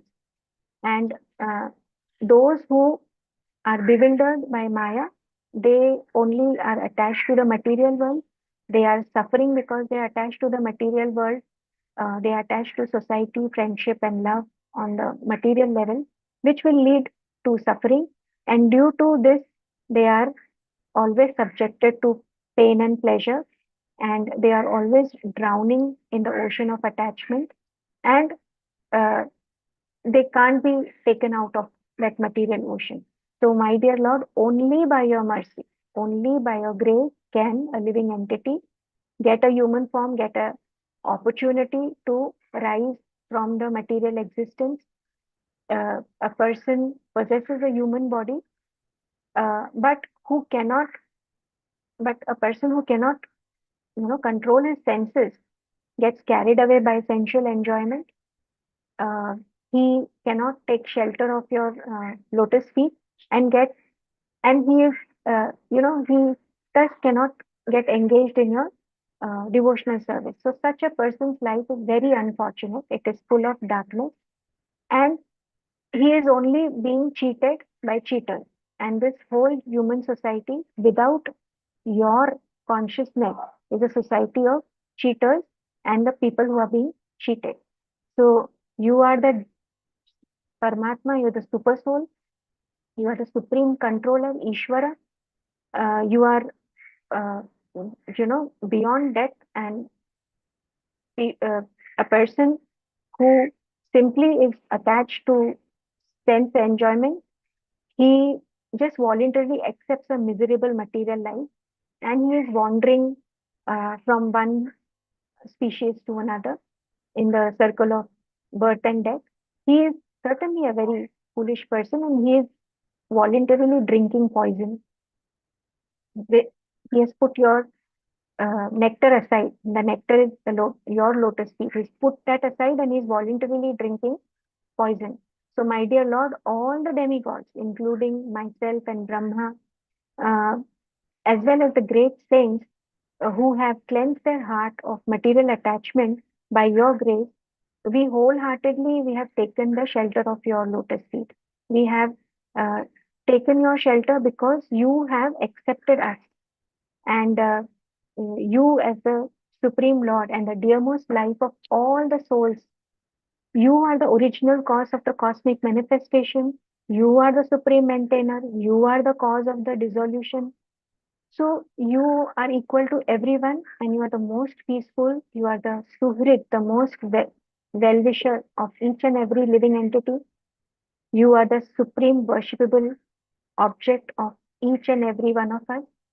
So let us always be engaged in your transcendental loving service so that we can get free from the material uh, entanglement. So finally, my Lord, I may inform you that first he is glorified Lord Shiva, Lord Krishna so much, and finally after glorifying, he is making his plea. He is praying to Lord that I would want to inform you that Banasura is very dear to me. He has rendered very valuable services to me, and therefore I want to see him happy. So, being pleased with him, I have assured him safety. So, that's why I'm praying to you, my Lord, that you were pleased with his forefathers, with Prahlad Maharaj and Bali Maharaj. Similarly, you will be also pleased with him. So, uh, now, Lord, these these prayers are so important. It highlights the point that Krishna is the supreme personality of Godhead. It highlights the point that the power of Maya is very strong, that it is overpowering even Lord Shiva and Brahma. It highlights the point that recognizing of the divine forces, like Shiva is praying to Lord, uh, emphasizing that you are super soul, you are the Ishvara. So this suggests that everything in the material world is connected to the Lord. So this is recognition of Lord's divine forces. It emphasizes the mercy and devotion, like how Shiva, on behalf of Banasura, although Banasura has angered him, Banasura has offended Lord Shiva, still he is pleading on behalf of Banasura to um, Lord Krishna. That is the reason he is known as Bholenath. He is so merciful. He is so extremely compassionate. So his request shows the importance of mercy in spiritual practice. That's the reason even Lord Krishna is the uh, highest of all the personalities who practice the utmost mercy. But without his devotees, even Lord will not accept. So Banasura is lucky to have the association of Lord Shiva. Although he has done all this foolishness, still being his guru, being his protector, Lord Shiva is protecting him in the face of death. So mercy and devotion is a very important point. So that's why our guru is so important. He will give us, save us from all the calamities because he will make us reach to Lord Krishna. Then the role of the super soul is highlighted. Krishna is a super soul. He is the Paramatma. He is source of both consciousness and existence.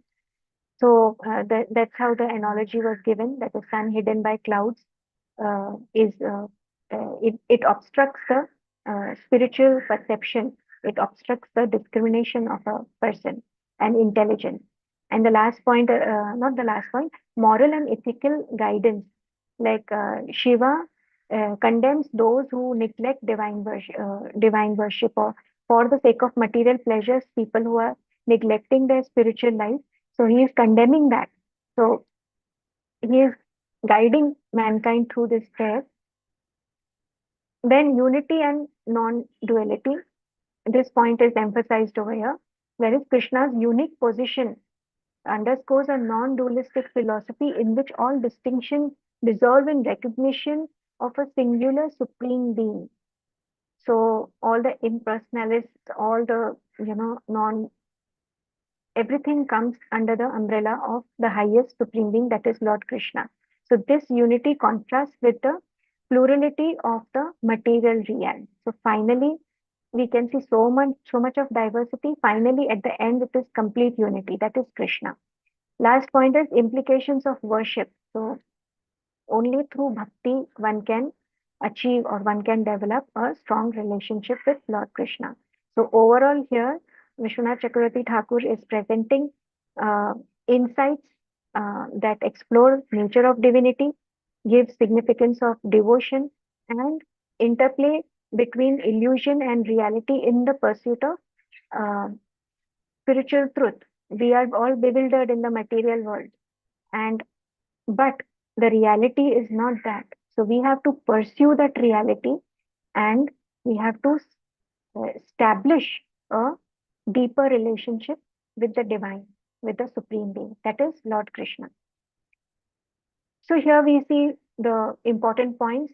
The first point is what specific qualities, characteristics of Krishna enable him to be the supreme personality of Godhead. He is omnipotent. He is omniscient.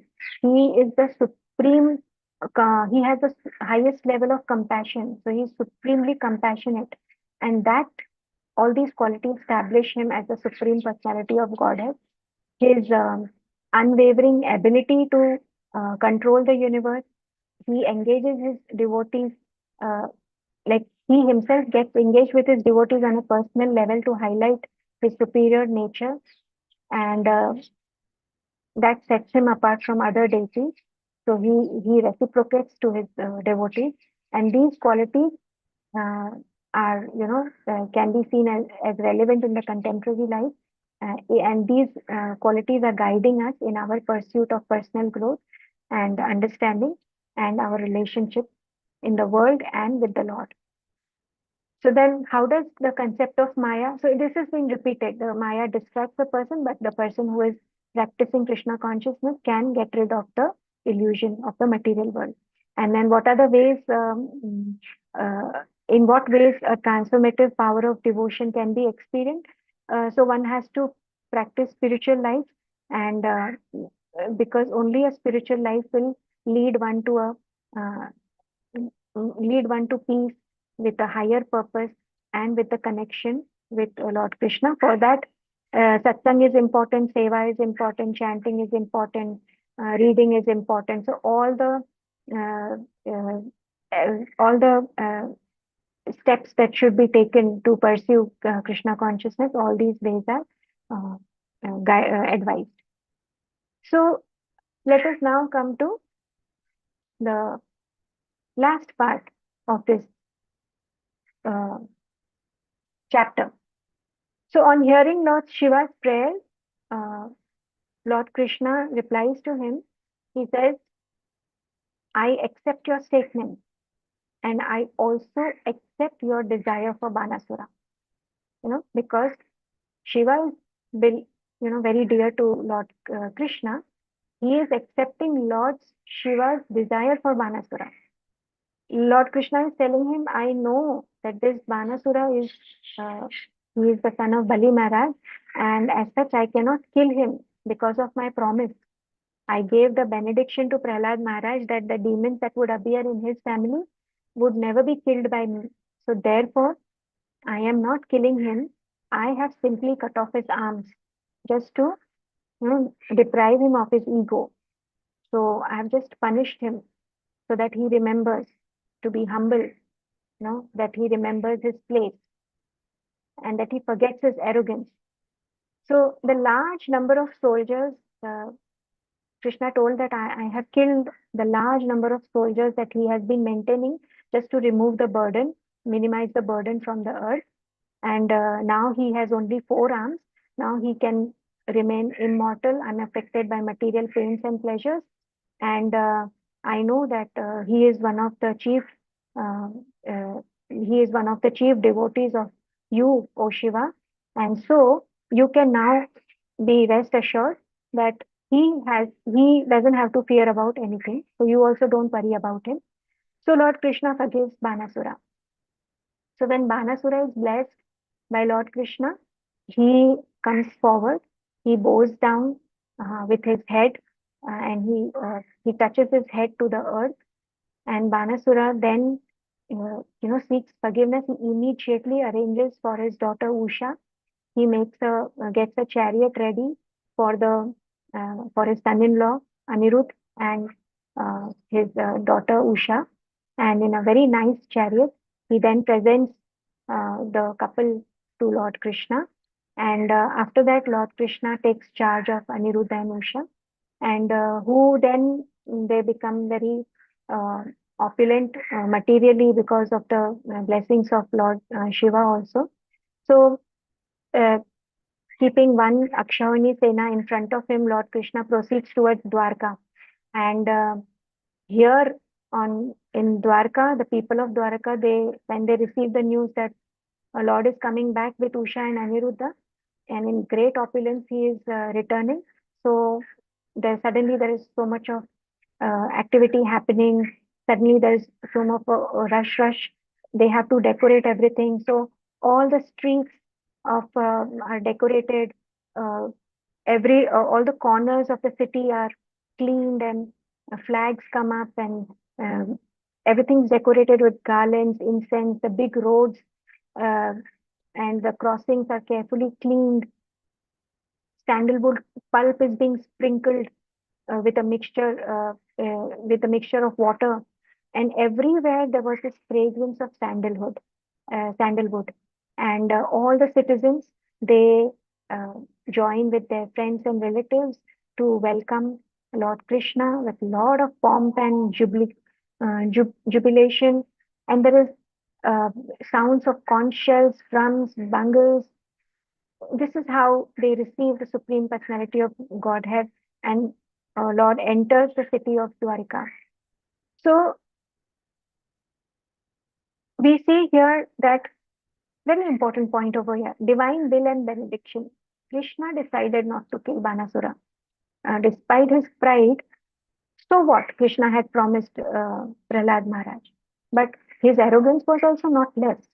Lord could have killed him, but he decided to spare him, even though he had his pride. So again, it shows that how Lord Krishna is highest in compassion. So this act of compassion, along with the significance of benedictions that is given to devotees, that is Prahlada, it shows that the Supreme Personality of Godhead honors the words of his devotees. Like in this case, he honored the words of Lord Shiva. Then subduing false pride, uh, he didn't want to the kill the person. He wanted to kill his wrongdoings. He wanted to kill his pride. Uh, so uh, the act of killing his arms, cutting off his arms, showed that he has removed his false pride.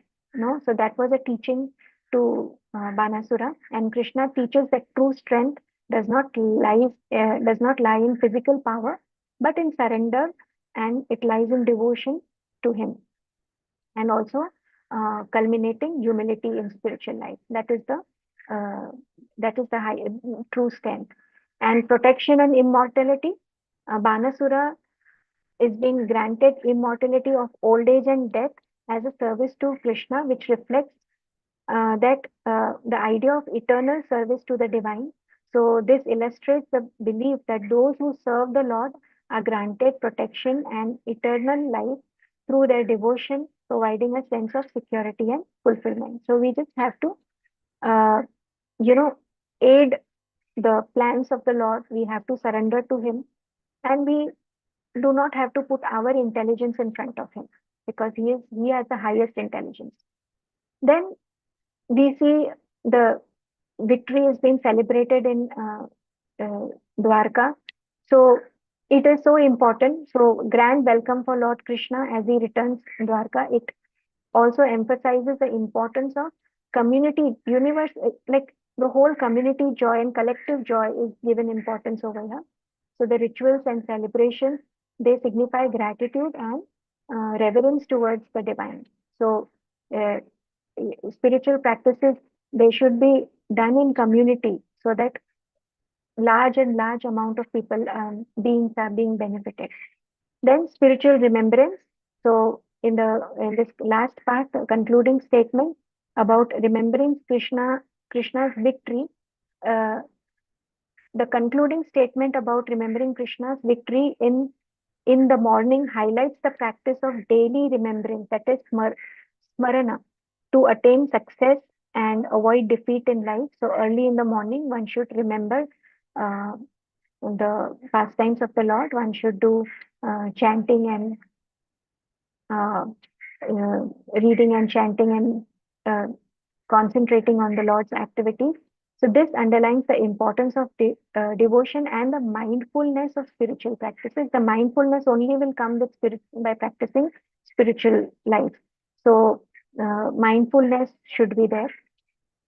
So overall, it we see divine grace in this chapter, importance of humility, like it was there in the previous chapter also, the nature of eternal service, and the significance of community and remembrance of spiritual life.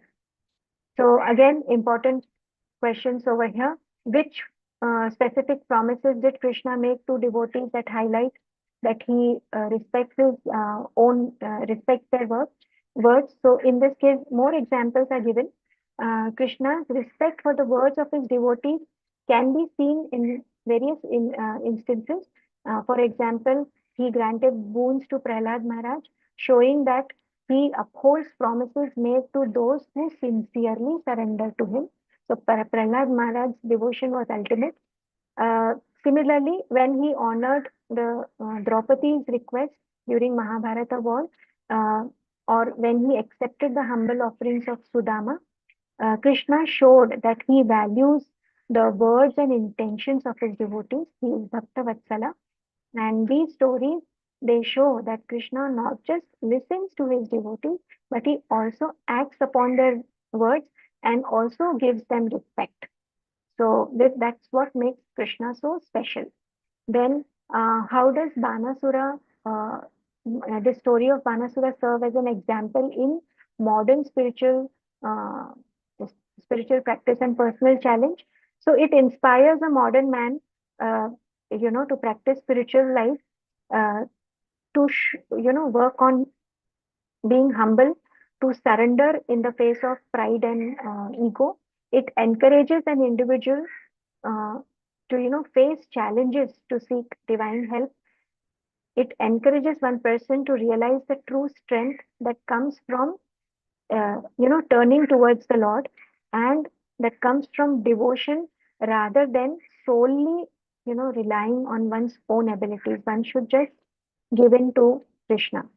And last one is, what rituals and practices are recommended? So daily remembrance of Krishna. Individuals can engage in universal rituals and practices like chanting, reading, reciting scriptures, uh, recalling the pastimes of the Lord, uh, prayer time, meditating on his qualities, congregational gatherings, satsangs, all these play a very important role to make one feel connected to the Lord. And also, like, sometimes we feel lost. So when we are in a group of, we are in a sadhu sang, we are focused and we do not get lost. So finally, uh, Shukdev Goswami, eh, he uh, he assures Parikshit Maharaj that the narration of this fight between Shiva and Krishna is not at all inauspicious. It is not like other fights. On the contrary, if one who remembers this early in the morning, this narration, this fight between the two great personalities, and takes pleasure in the victory of Lord Krishna, he will never experience defeat anywhere in the struggles of life. So this is so important point for us.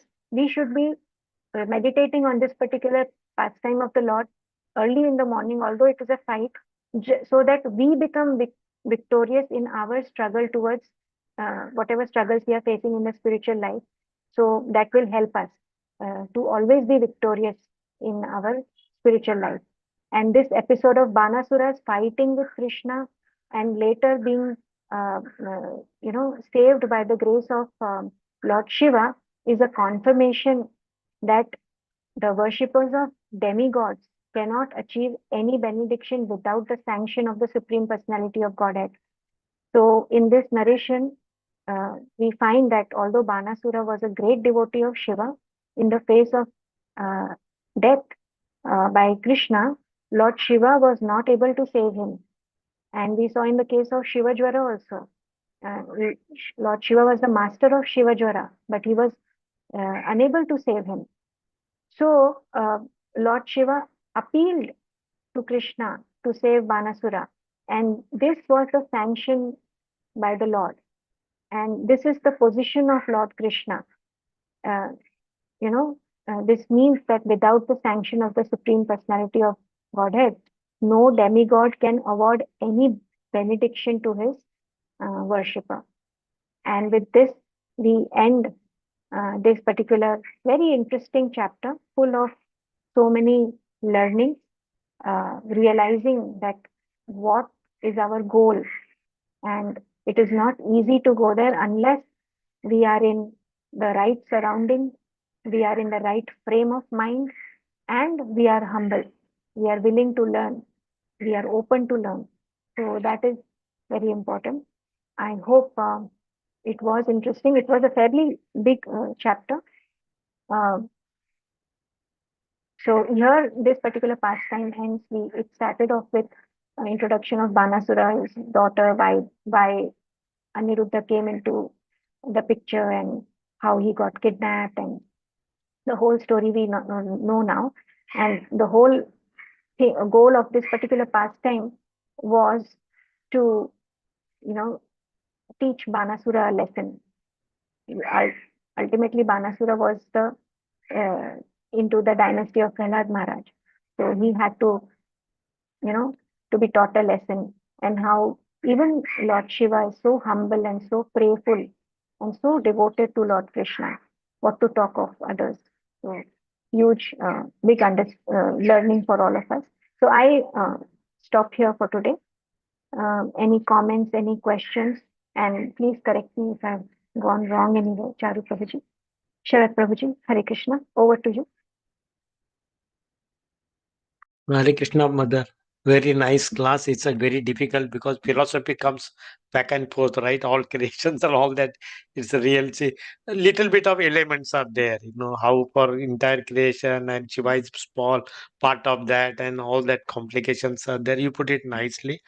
I have just very small and simple question. Here we see that fight between Shiva and Krishna to Shivajwar.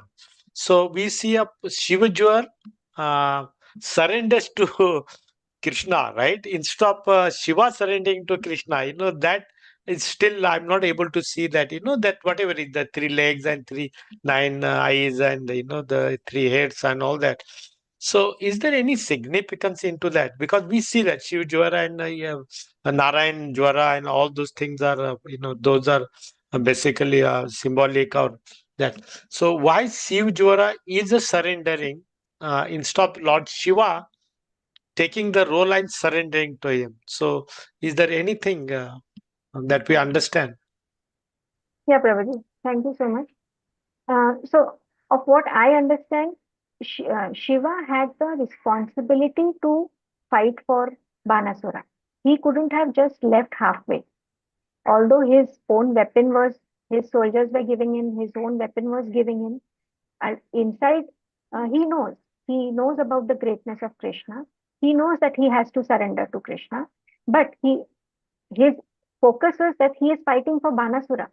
How will he surrender beforehand? He did came to rescue for Banasura in the end, but not beforehand. He is still fighting the war, Prabhuji. That's what I feel. Yeah, but here the war practically ends when Shivajwara surrenders to Krishna, right? That's what we see.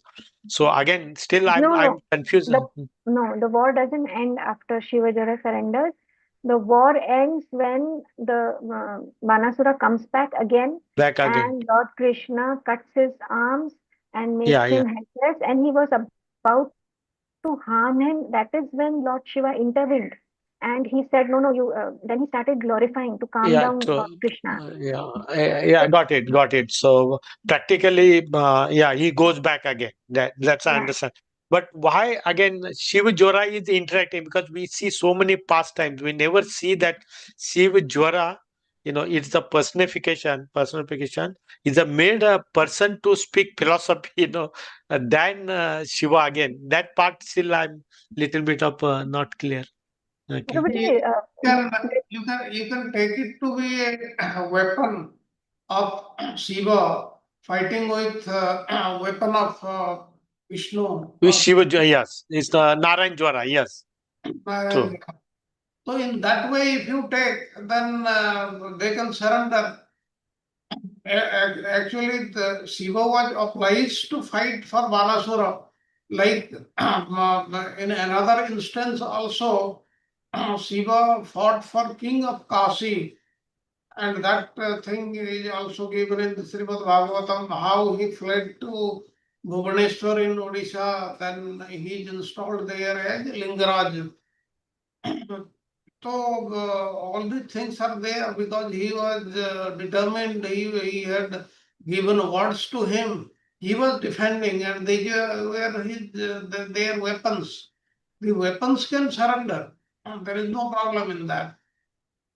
But we never see any other example. This is the only example. Maybe I am aware of that.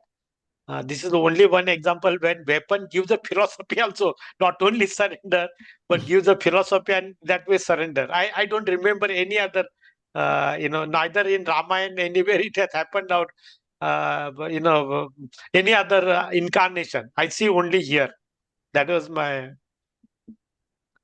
question. Yeah. I think Thank you. Prabhuji, Thank you. I think Prabhuji, the weapon gives philosophy because he got personified. Had he not been personified, he wouldn't have been able to give the philosophy. So Lord lives, he only knows. He Yeah, we can. see that Veda personification and all those we see that. True. Yeah. Okay. All right. Yeah. Okay. Thank you. So, Thank you. thank you, Prabhuji. Understand. प्रभु जी एक point ऐसे भी है कि वो विष्णु ज्वर के सामने लड़ रहा था, तो जैसे भी विष्णु तत्व के सामने वो आया तो सही, उनके कांटेक्ट में तो आया ना, तो फिर उसका बुद्धि तो चेंज हो सकता है. Yeah, that's a very important point. Yes, correct. Like Prahlad ji छोटे थे तो कुछ भगवान को सिर्फ शंख का स्पर्श होने से ही उनको सब भगवान को ग्लोरीफाई करना आ गया था, जैसे हम लोग ने देखा था प्रहलाद जी का भी, ध्रुव महाराज जी का भी. तो वैसे ही ये भी एक समझो कि डिवोटी नहीं तो नॉन डिवोटी जैसा ही है, मगर फिर भी उनका अट्रैक्शन में आए तो ग्लोरीफाई कर सकेंगे, ऐसा मुझे लग रहा है. Yes, and Banasura was whose son? Bali Maharaj. Bali Maharaj. Okay, Hiranyakashipu's son was Prahlad Maharaj. Prahlad Maharaj. Prahlad Maharaj's son was Virochana. And Virochana's son was Banasura. Bali Maharaj. Prabhuji, it is Virochana's given son is was that Bali and Bali's son was Banasur. Towards the end of this chapter 63, in verse 47, if you see, it is given, I will not kill this demoniac son of Virochana, for I gave Prahlad Maharaj the benediction that I will not kill any of his descendants. He was Virochana's son and not Bali Maharaj's son. Bali Maharaj's grandson.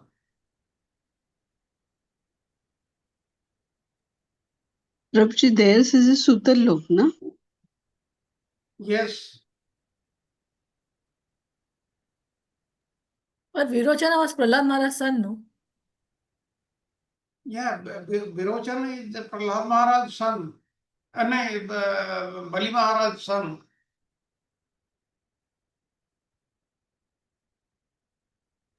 I thought Virochan was Prahlad's and Virochan's son was Bali Maharaj. Virochan's son was Bali Maharaj. Yeah. No. Prabhuji, it is written very clearly that he is Bali Maharaj's eldest son. Banasura is Bali Maharaj's eldest son. He had 100 sons. It is clearly mentioned in Bhagavatam in chapter 62 in the beginning. Yeah, actually, Virochan was Prahlad Maharaj's son. And Virochan's son was Bali Maharaj. And Bali Maharaj's son was Banasura. Yes. Yes, Yes. correct. Yes. So, my question is that No, yes, Mataji, you are right. What I was saying, that is not the correct interpretation.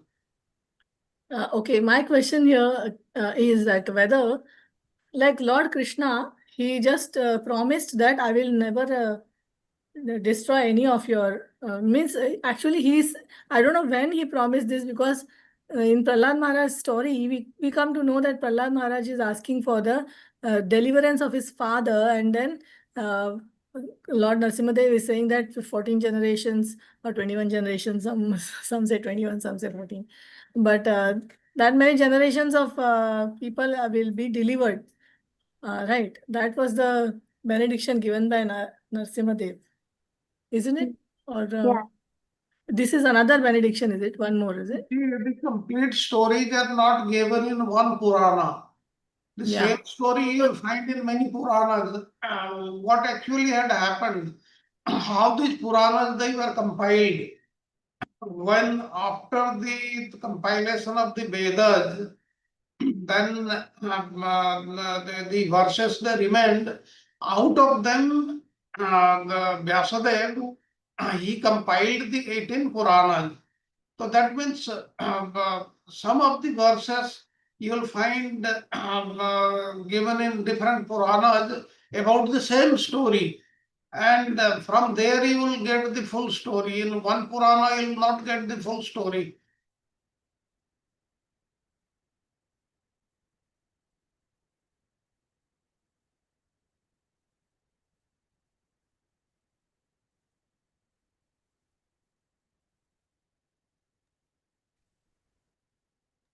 Hare Krishna Prabhu ji. in मगर यहाँ पे ये बहुत अच्छा दिखाया है कि शिव जी ने बहुत अच्छा इनिशिएटिव लिया to teach the Banasur sun.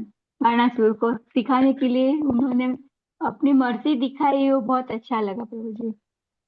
Yes, जैसे भी करके वो उन्होंने वापस लाइन पे ला लिया, उनको भक्त बना दिया भगवान का। yes. Actually, why did Lord Shiva fight with Krishna? This was just to show Banasura his faults by making him experience suffering. And as you know, Shiva is also addressed as Bhagavan. And this means he knows, he is all knowing. He knows the greatness of Krishna. Still, although Shiva knew Krishna would defeat him, he joined the battle against him to demonstrate the glories of Krishna. And this is the opinion of the previous acharyas. And as Mataji described very nicely, there are two reasons why Shiva entered the battle. The first was to increase Krishna's pleasure and enthusiasm to fight. And second, to demonstrate that Krishna, although he is acting as a human being, he is superior to the all avatars of the Supreme Lord. And Krishna's internal potency, that is the Yogamaya potency, bewildered Lord Shiva, just as it had bewildered Brahma in the Brahma Vimohan Leela. And this is given in the various shastras, in Bhakti Rasamrita Sindhu, and various other shastras. So that is what is the reason. Shiva, he intervened, he fought with Lord Krishna in this battle for Banasura. प्रभु जी, यहाँ पे एक बहुत बड़ा principal establish होता है कि जो शिवा की शरण ग्रहण करता है उनको कृष्णा भक्ति प्राप्त होती है। हम बोलते हैं ना, हमें कृष्ण भक्ति तभी प्राप्त होती है जब हम शिव जी को प्रार्थना करते हैं। Yes, that is very true.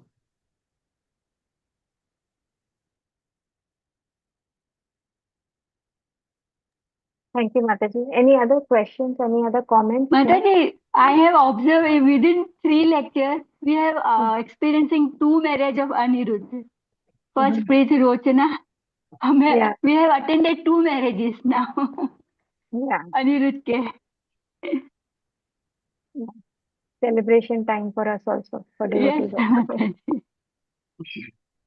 मगर दोनों शादी में कुछ न कुछ ऐसा हुआ था, ऐसी लीलाएं हुई जो दोनों में कुछ न कुछ फाइटिंग हुई है। Yeah. Yes, yes. We'll see in the story of Sudama. When Sudama asked him, rather first Krishna asked Sudama, why didn't you call me for your marriage? Then Sudama also asked him, you have married 16,108 queens. You had so many marriages, you never called me. Now Krishna had to tell him, my marriages, during my marriages, there were a lot of fighting involved. They were not peaceful at all. That's why I didn't invite you for that. Like this. So Yes, Prabhuji, very true. Almost in every marriage, there is a fighting. Yes, Prabhuji. fighting, kidnapping, killing, all the things. Drama will be there, Prabhuji, to keep us absorbed. Yes, yes, yes. Hare Krishna Mataji, Dandavat Pranam. As Hare usual, Krishna. wonderful Mataji. Yeah, Thank you, Prabhu. there is so much to absorb. Yeah. Thank you, Mataji.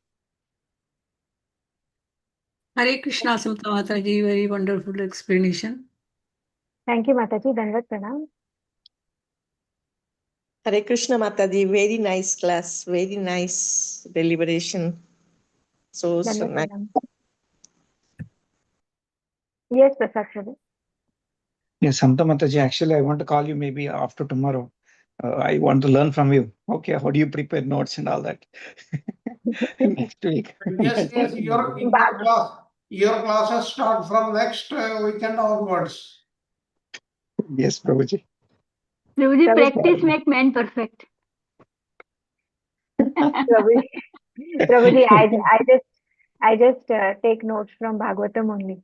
Because the philosophies of this acharyas, Okay. no, the commentaries, it stopped after 33 chapters. And after that, Prabhuji had put on I shared that, what was that book Prabhuji sent? I shared that book also with you. Yeah, yes, Mataji. Prabhuji, Sharat Prabhu also shared. Yeah, so that same book I just forwarded that book to you. I think Toshini, Prabhuji, what was that name of the book? Darshani Tika, Vishwanath Thakur. Yeah.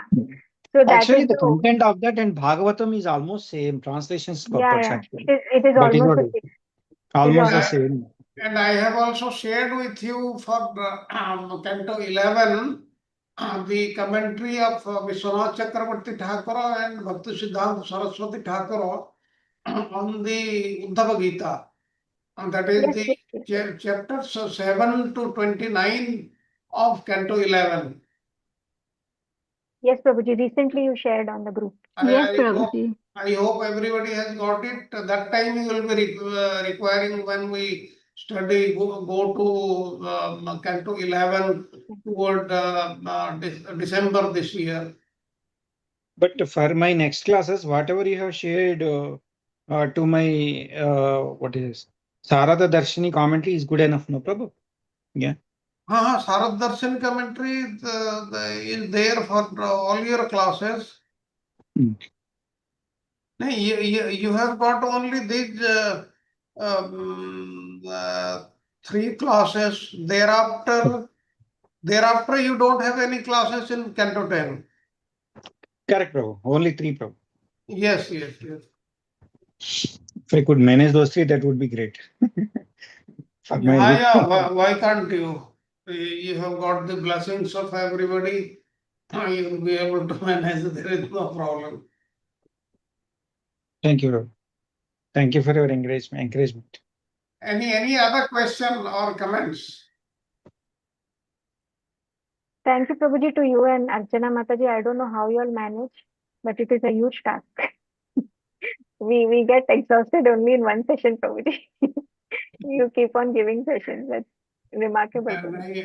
That is प्रभु जी 100%. हरे कृष्णा प्रभु जी यहाँ हम ये connect कर सकते हैं कि भगवान जो है और भक्तों के लिए अपना प्रॉमिस तोड़ सकते हैं Yes, लाइक भीष्म पितामह ने बोल दिया था कि कल मैं इतना वो खिलाऊंगा मगर तो फिर भगवान को उन्होंने स्टॉप करने के लिए अपना प्रॉमिस तोड़ दिया था yes, that is very true. That's what he says in Bhagavad Gita.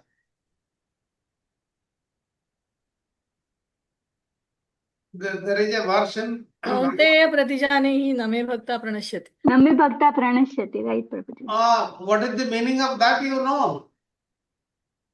He tells मेरे भक्त का शब्द मैं कभी भी वो नहीं करने दूंगा no, he is telling Arjuna, you take a vow and that will never be violated. He is not saying if I take a vow, it will not be violated. He is telling Arjuna as a devotee, you take a vow and I will ensure that it comes true. Yes, Prabhuji, very true. The actual meaning is this because I have read commentaries of many acharyas on this verse.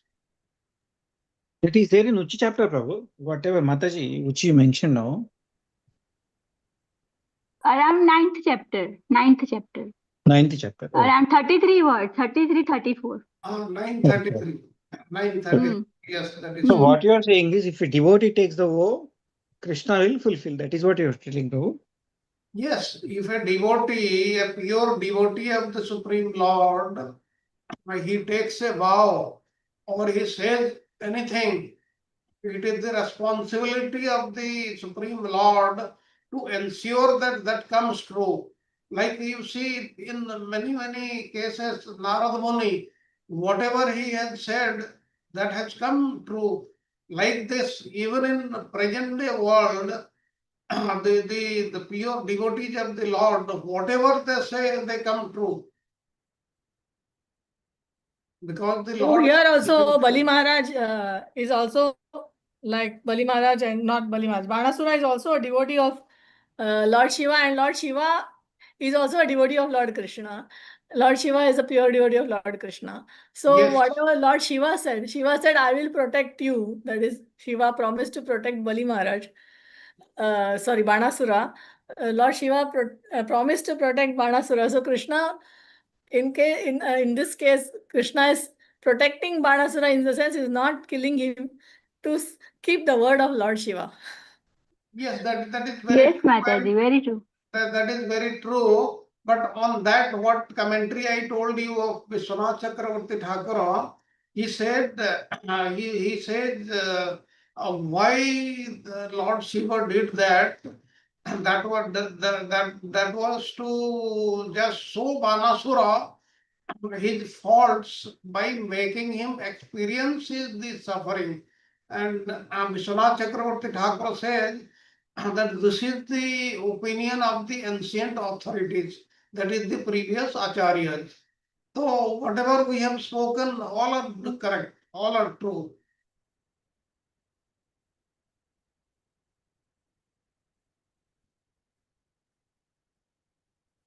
Any other comment or question? Samta Mataji, very wonderful class and very smoothly. Everything went so smoothly, like, combining your comments. And I think you have done a thorough study of the chapter, maybe from Krishna book, I don't know, or maybe from Srimad Bhagavatam. Yes, Mataji. Yes. But you're filling in the points from the slides and your points are filling in very smoothly, Mataji. Very wonderful. Thank you so much. Bhagavatam, Mataji. I just took Bhagavatam.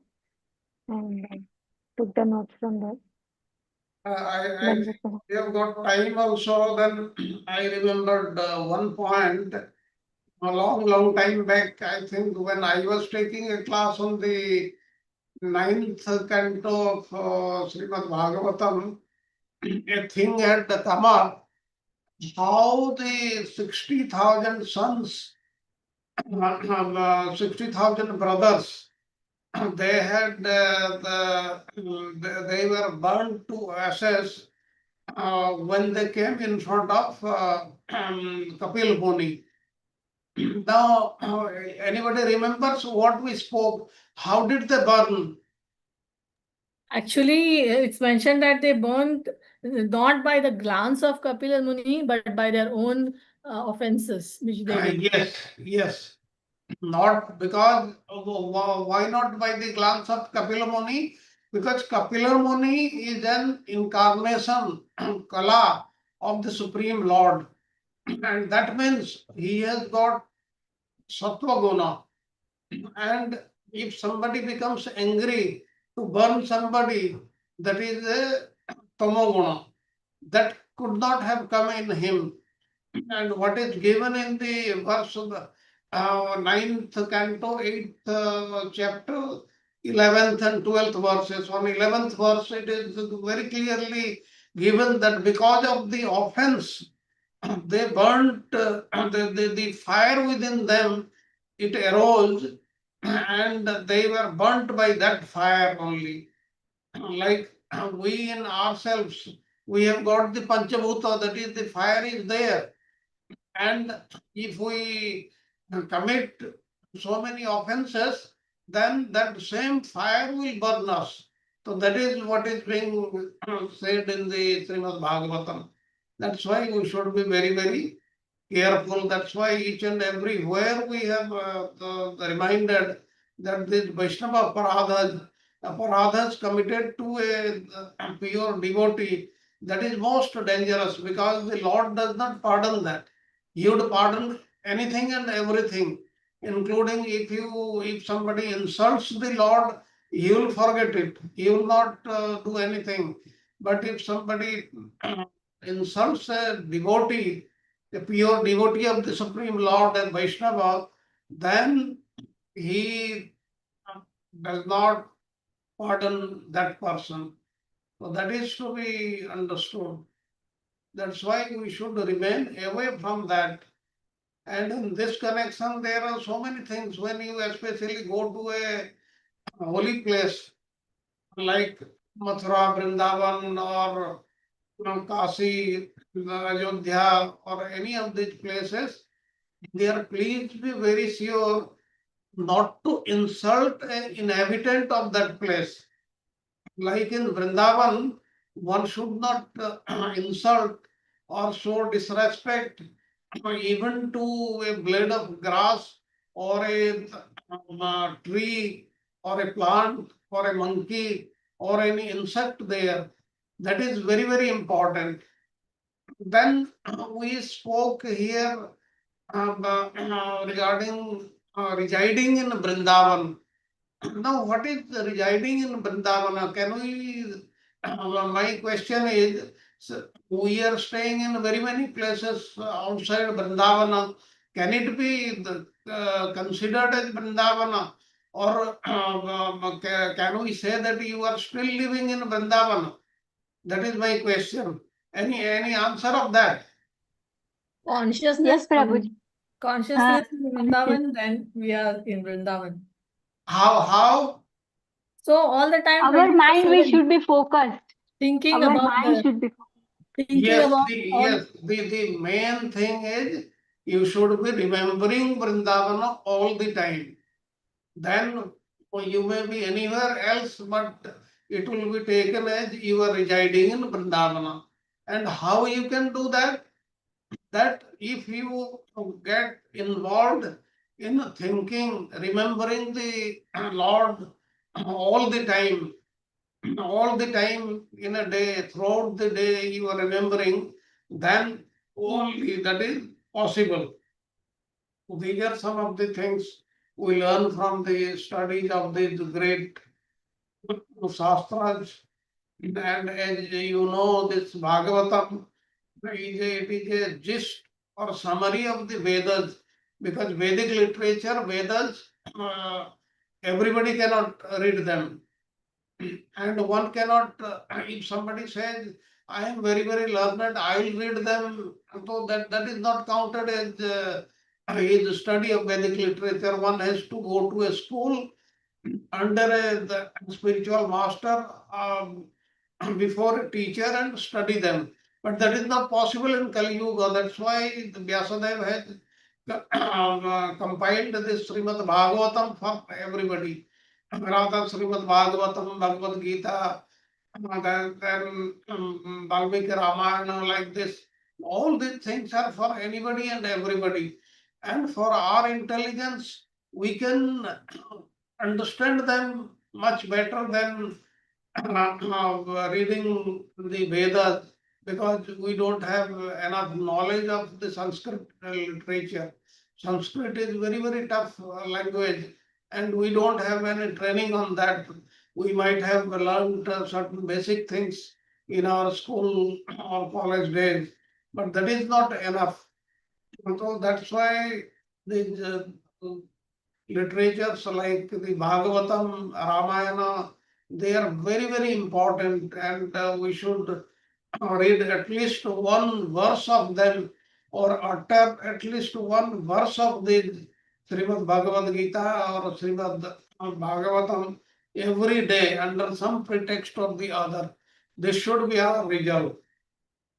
Oh, then any other question or comments by anybody? If not, then we'll. प्रभु जी एक दूसरा point भी है ऐसा कि अगर हम कहीं भी धाम में जाते हैं तो अकेले ना जाए, मतलब सिर्फ फैमिली के साथ ना जाए, हमेशा डिवोटी के साथ ही जाए, तो हम ये अपराधों से बच सकते हैं, क्योंकि हम अंडर द प्रोटेक्शन होते हैं कि सब डिवोटीज है, हमारे दीक्षा गुरु है, तो उनके साथ ही जाना चाहिए. Yes, that one should try, but that may not be possible. But we should try our best not to commit any aparadha, because what happens in those dhamas, if you chant the name of the Lord, say this Hare Krishna Mahamantra, then you get benefits 1,000 times or even million times. But if you commit any aparadha, that also gets multiplied by that many times. So that's why one has to be very, very careful. There you will also find there are certain people on whom you may say something in anger, but we should not end up in that situation. We should avoid those people if you find them. And there also another thing, it is not possible to make out who is the Brajavasi, who is not a Brajavasi, who is an Ayodhyavasi and who is not. That's why from our side, anybody who is seen there, he should be taken as a Brajavasi or Ayodhyavasi or inhabitant of that Dhama. And it should be thought like that. And then only we will be able to stay there as per the rules of the Dhama and not commit any aparadha.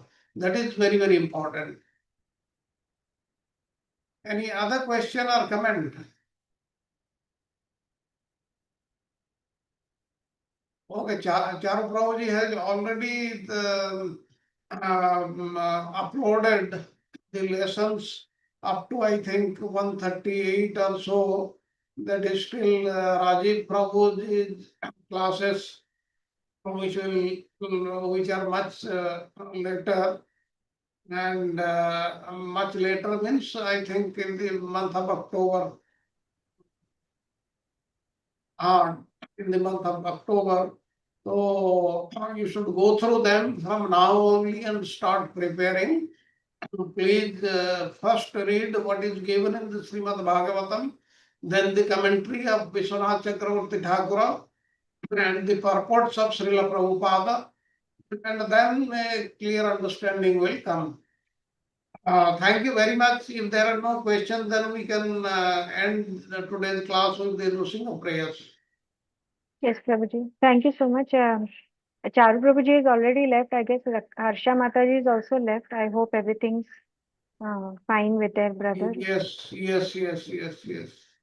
So, Santa So- Mataji, thank you very much for the nice class you have taken.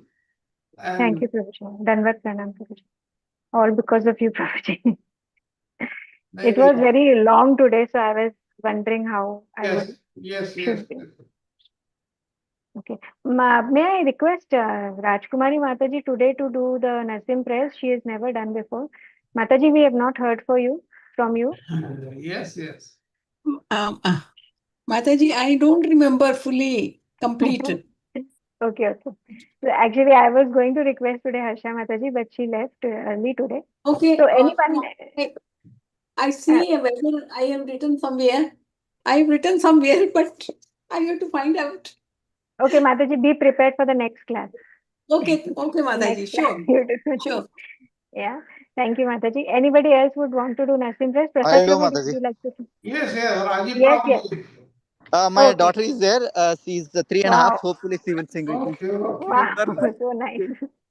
So nice, Rajiv Prabhu. Sorry, Prabhu, Sharad Prabhu, I was stuck. I was suffering from this COVID, this thing. Because of that, I am not able to attend last almost more than a month. Just because here the things, because of the winter, so many viruses are going on here. So that's what most of the devotees are sick.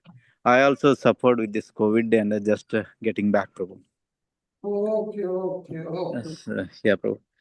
Thank you, Mataji. Samantha Mataji, I'll do this one. Namaste Narasingaya Kaladalada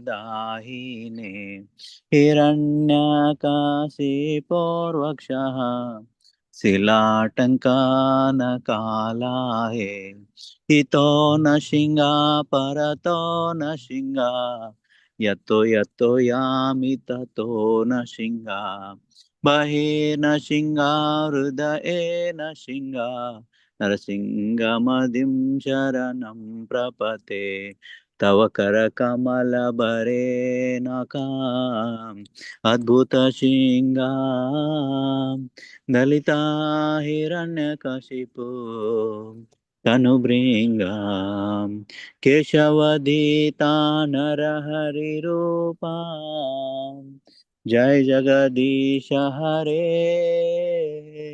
Jai Jagadish Hare Jai Jagadish Hare Keshavadita Narahari Rupam Jai Jagadish Hare Jai Jagadish Hare Jai Jagadish Hare Jaya Narsingade Jaya Narsingade Jaya Narsingade Jaya Narsingade Jaya Bhakta Prala Jaya Bhakta Prala Jaya Bhakta Prala Jaya Bhakta Prala Jaya Jaya Prabhupada Prabhupada Jaya Srila Prabhupada Jaya Gurudev Gurudev Jaya Srila Gurudev Vigna Vinashaka Shri Nrsimhadev Bhagavan ki jai Bhaktaraj Prahlad Maharaj ki jai Anant Koti Vaishnava Vrund ki jai Gaur Premanande Sitanande Hari Hari Bol. Thank you, Mataji. Hari Bol. Thank you, Prabhuji. Thank you very much. Thank you, Santa Mataji. Then we meet tomorrow for the next class. Thank you, Prabhu. Thank you, Mataji. Something.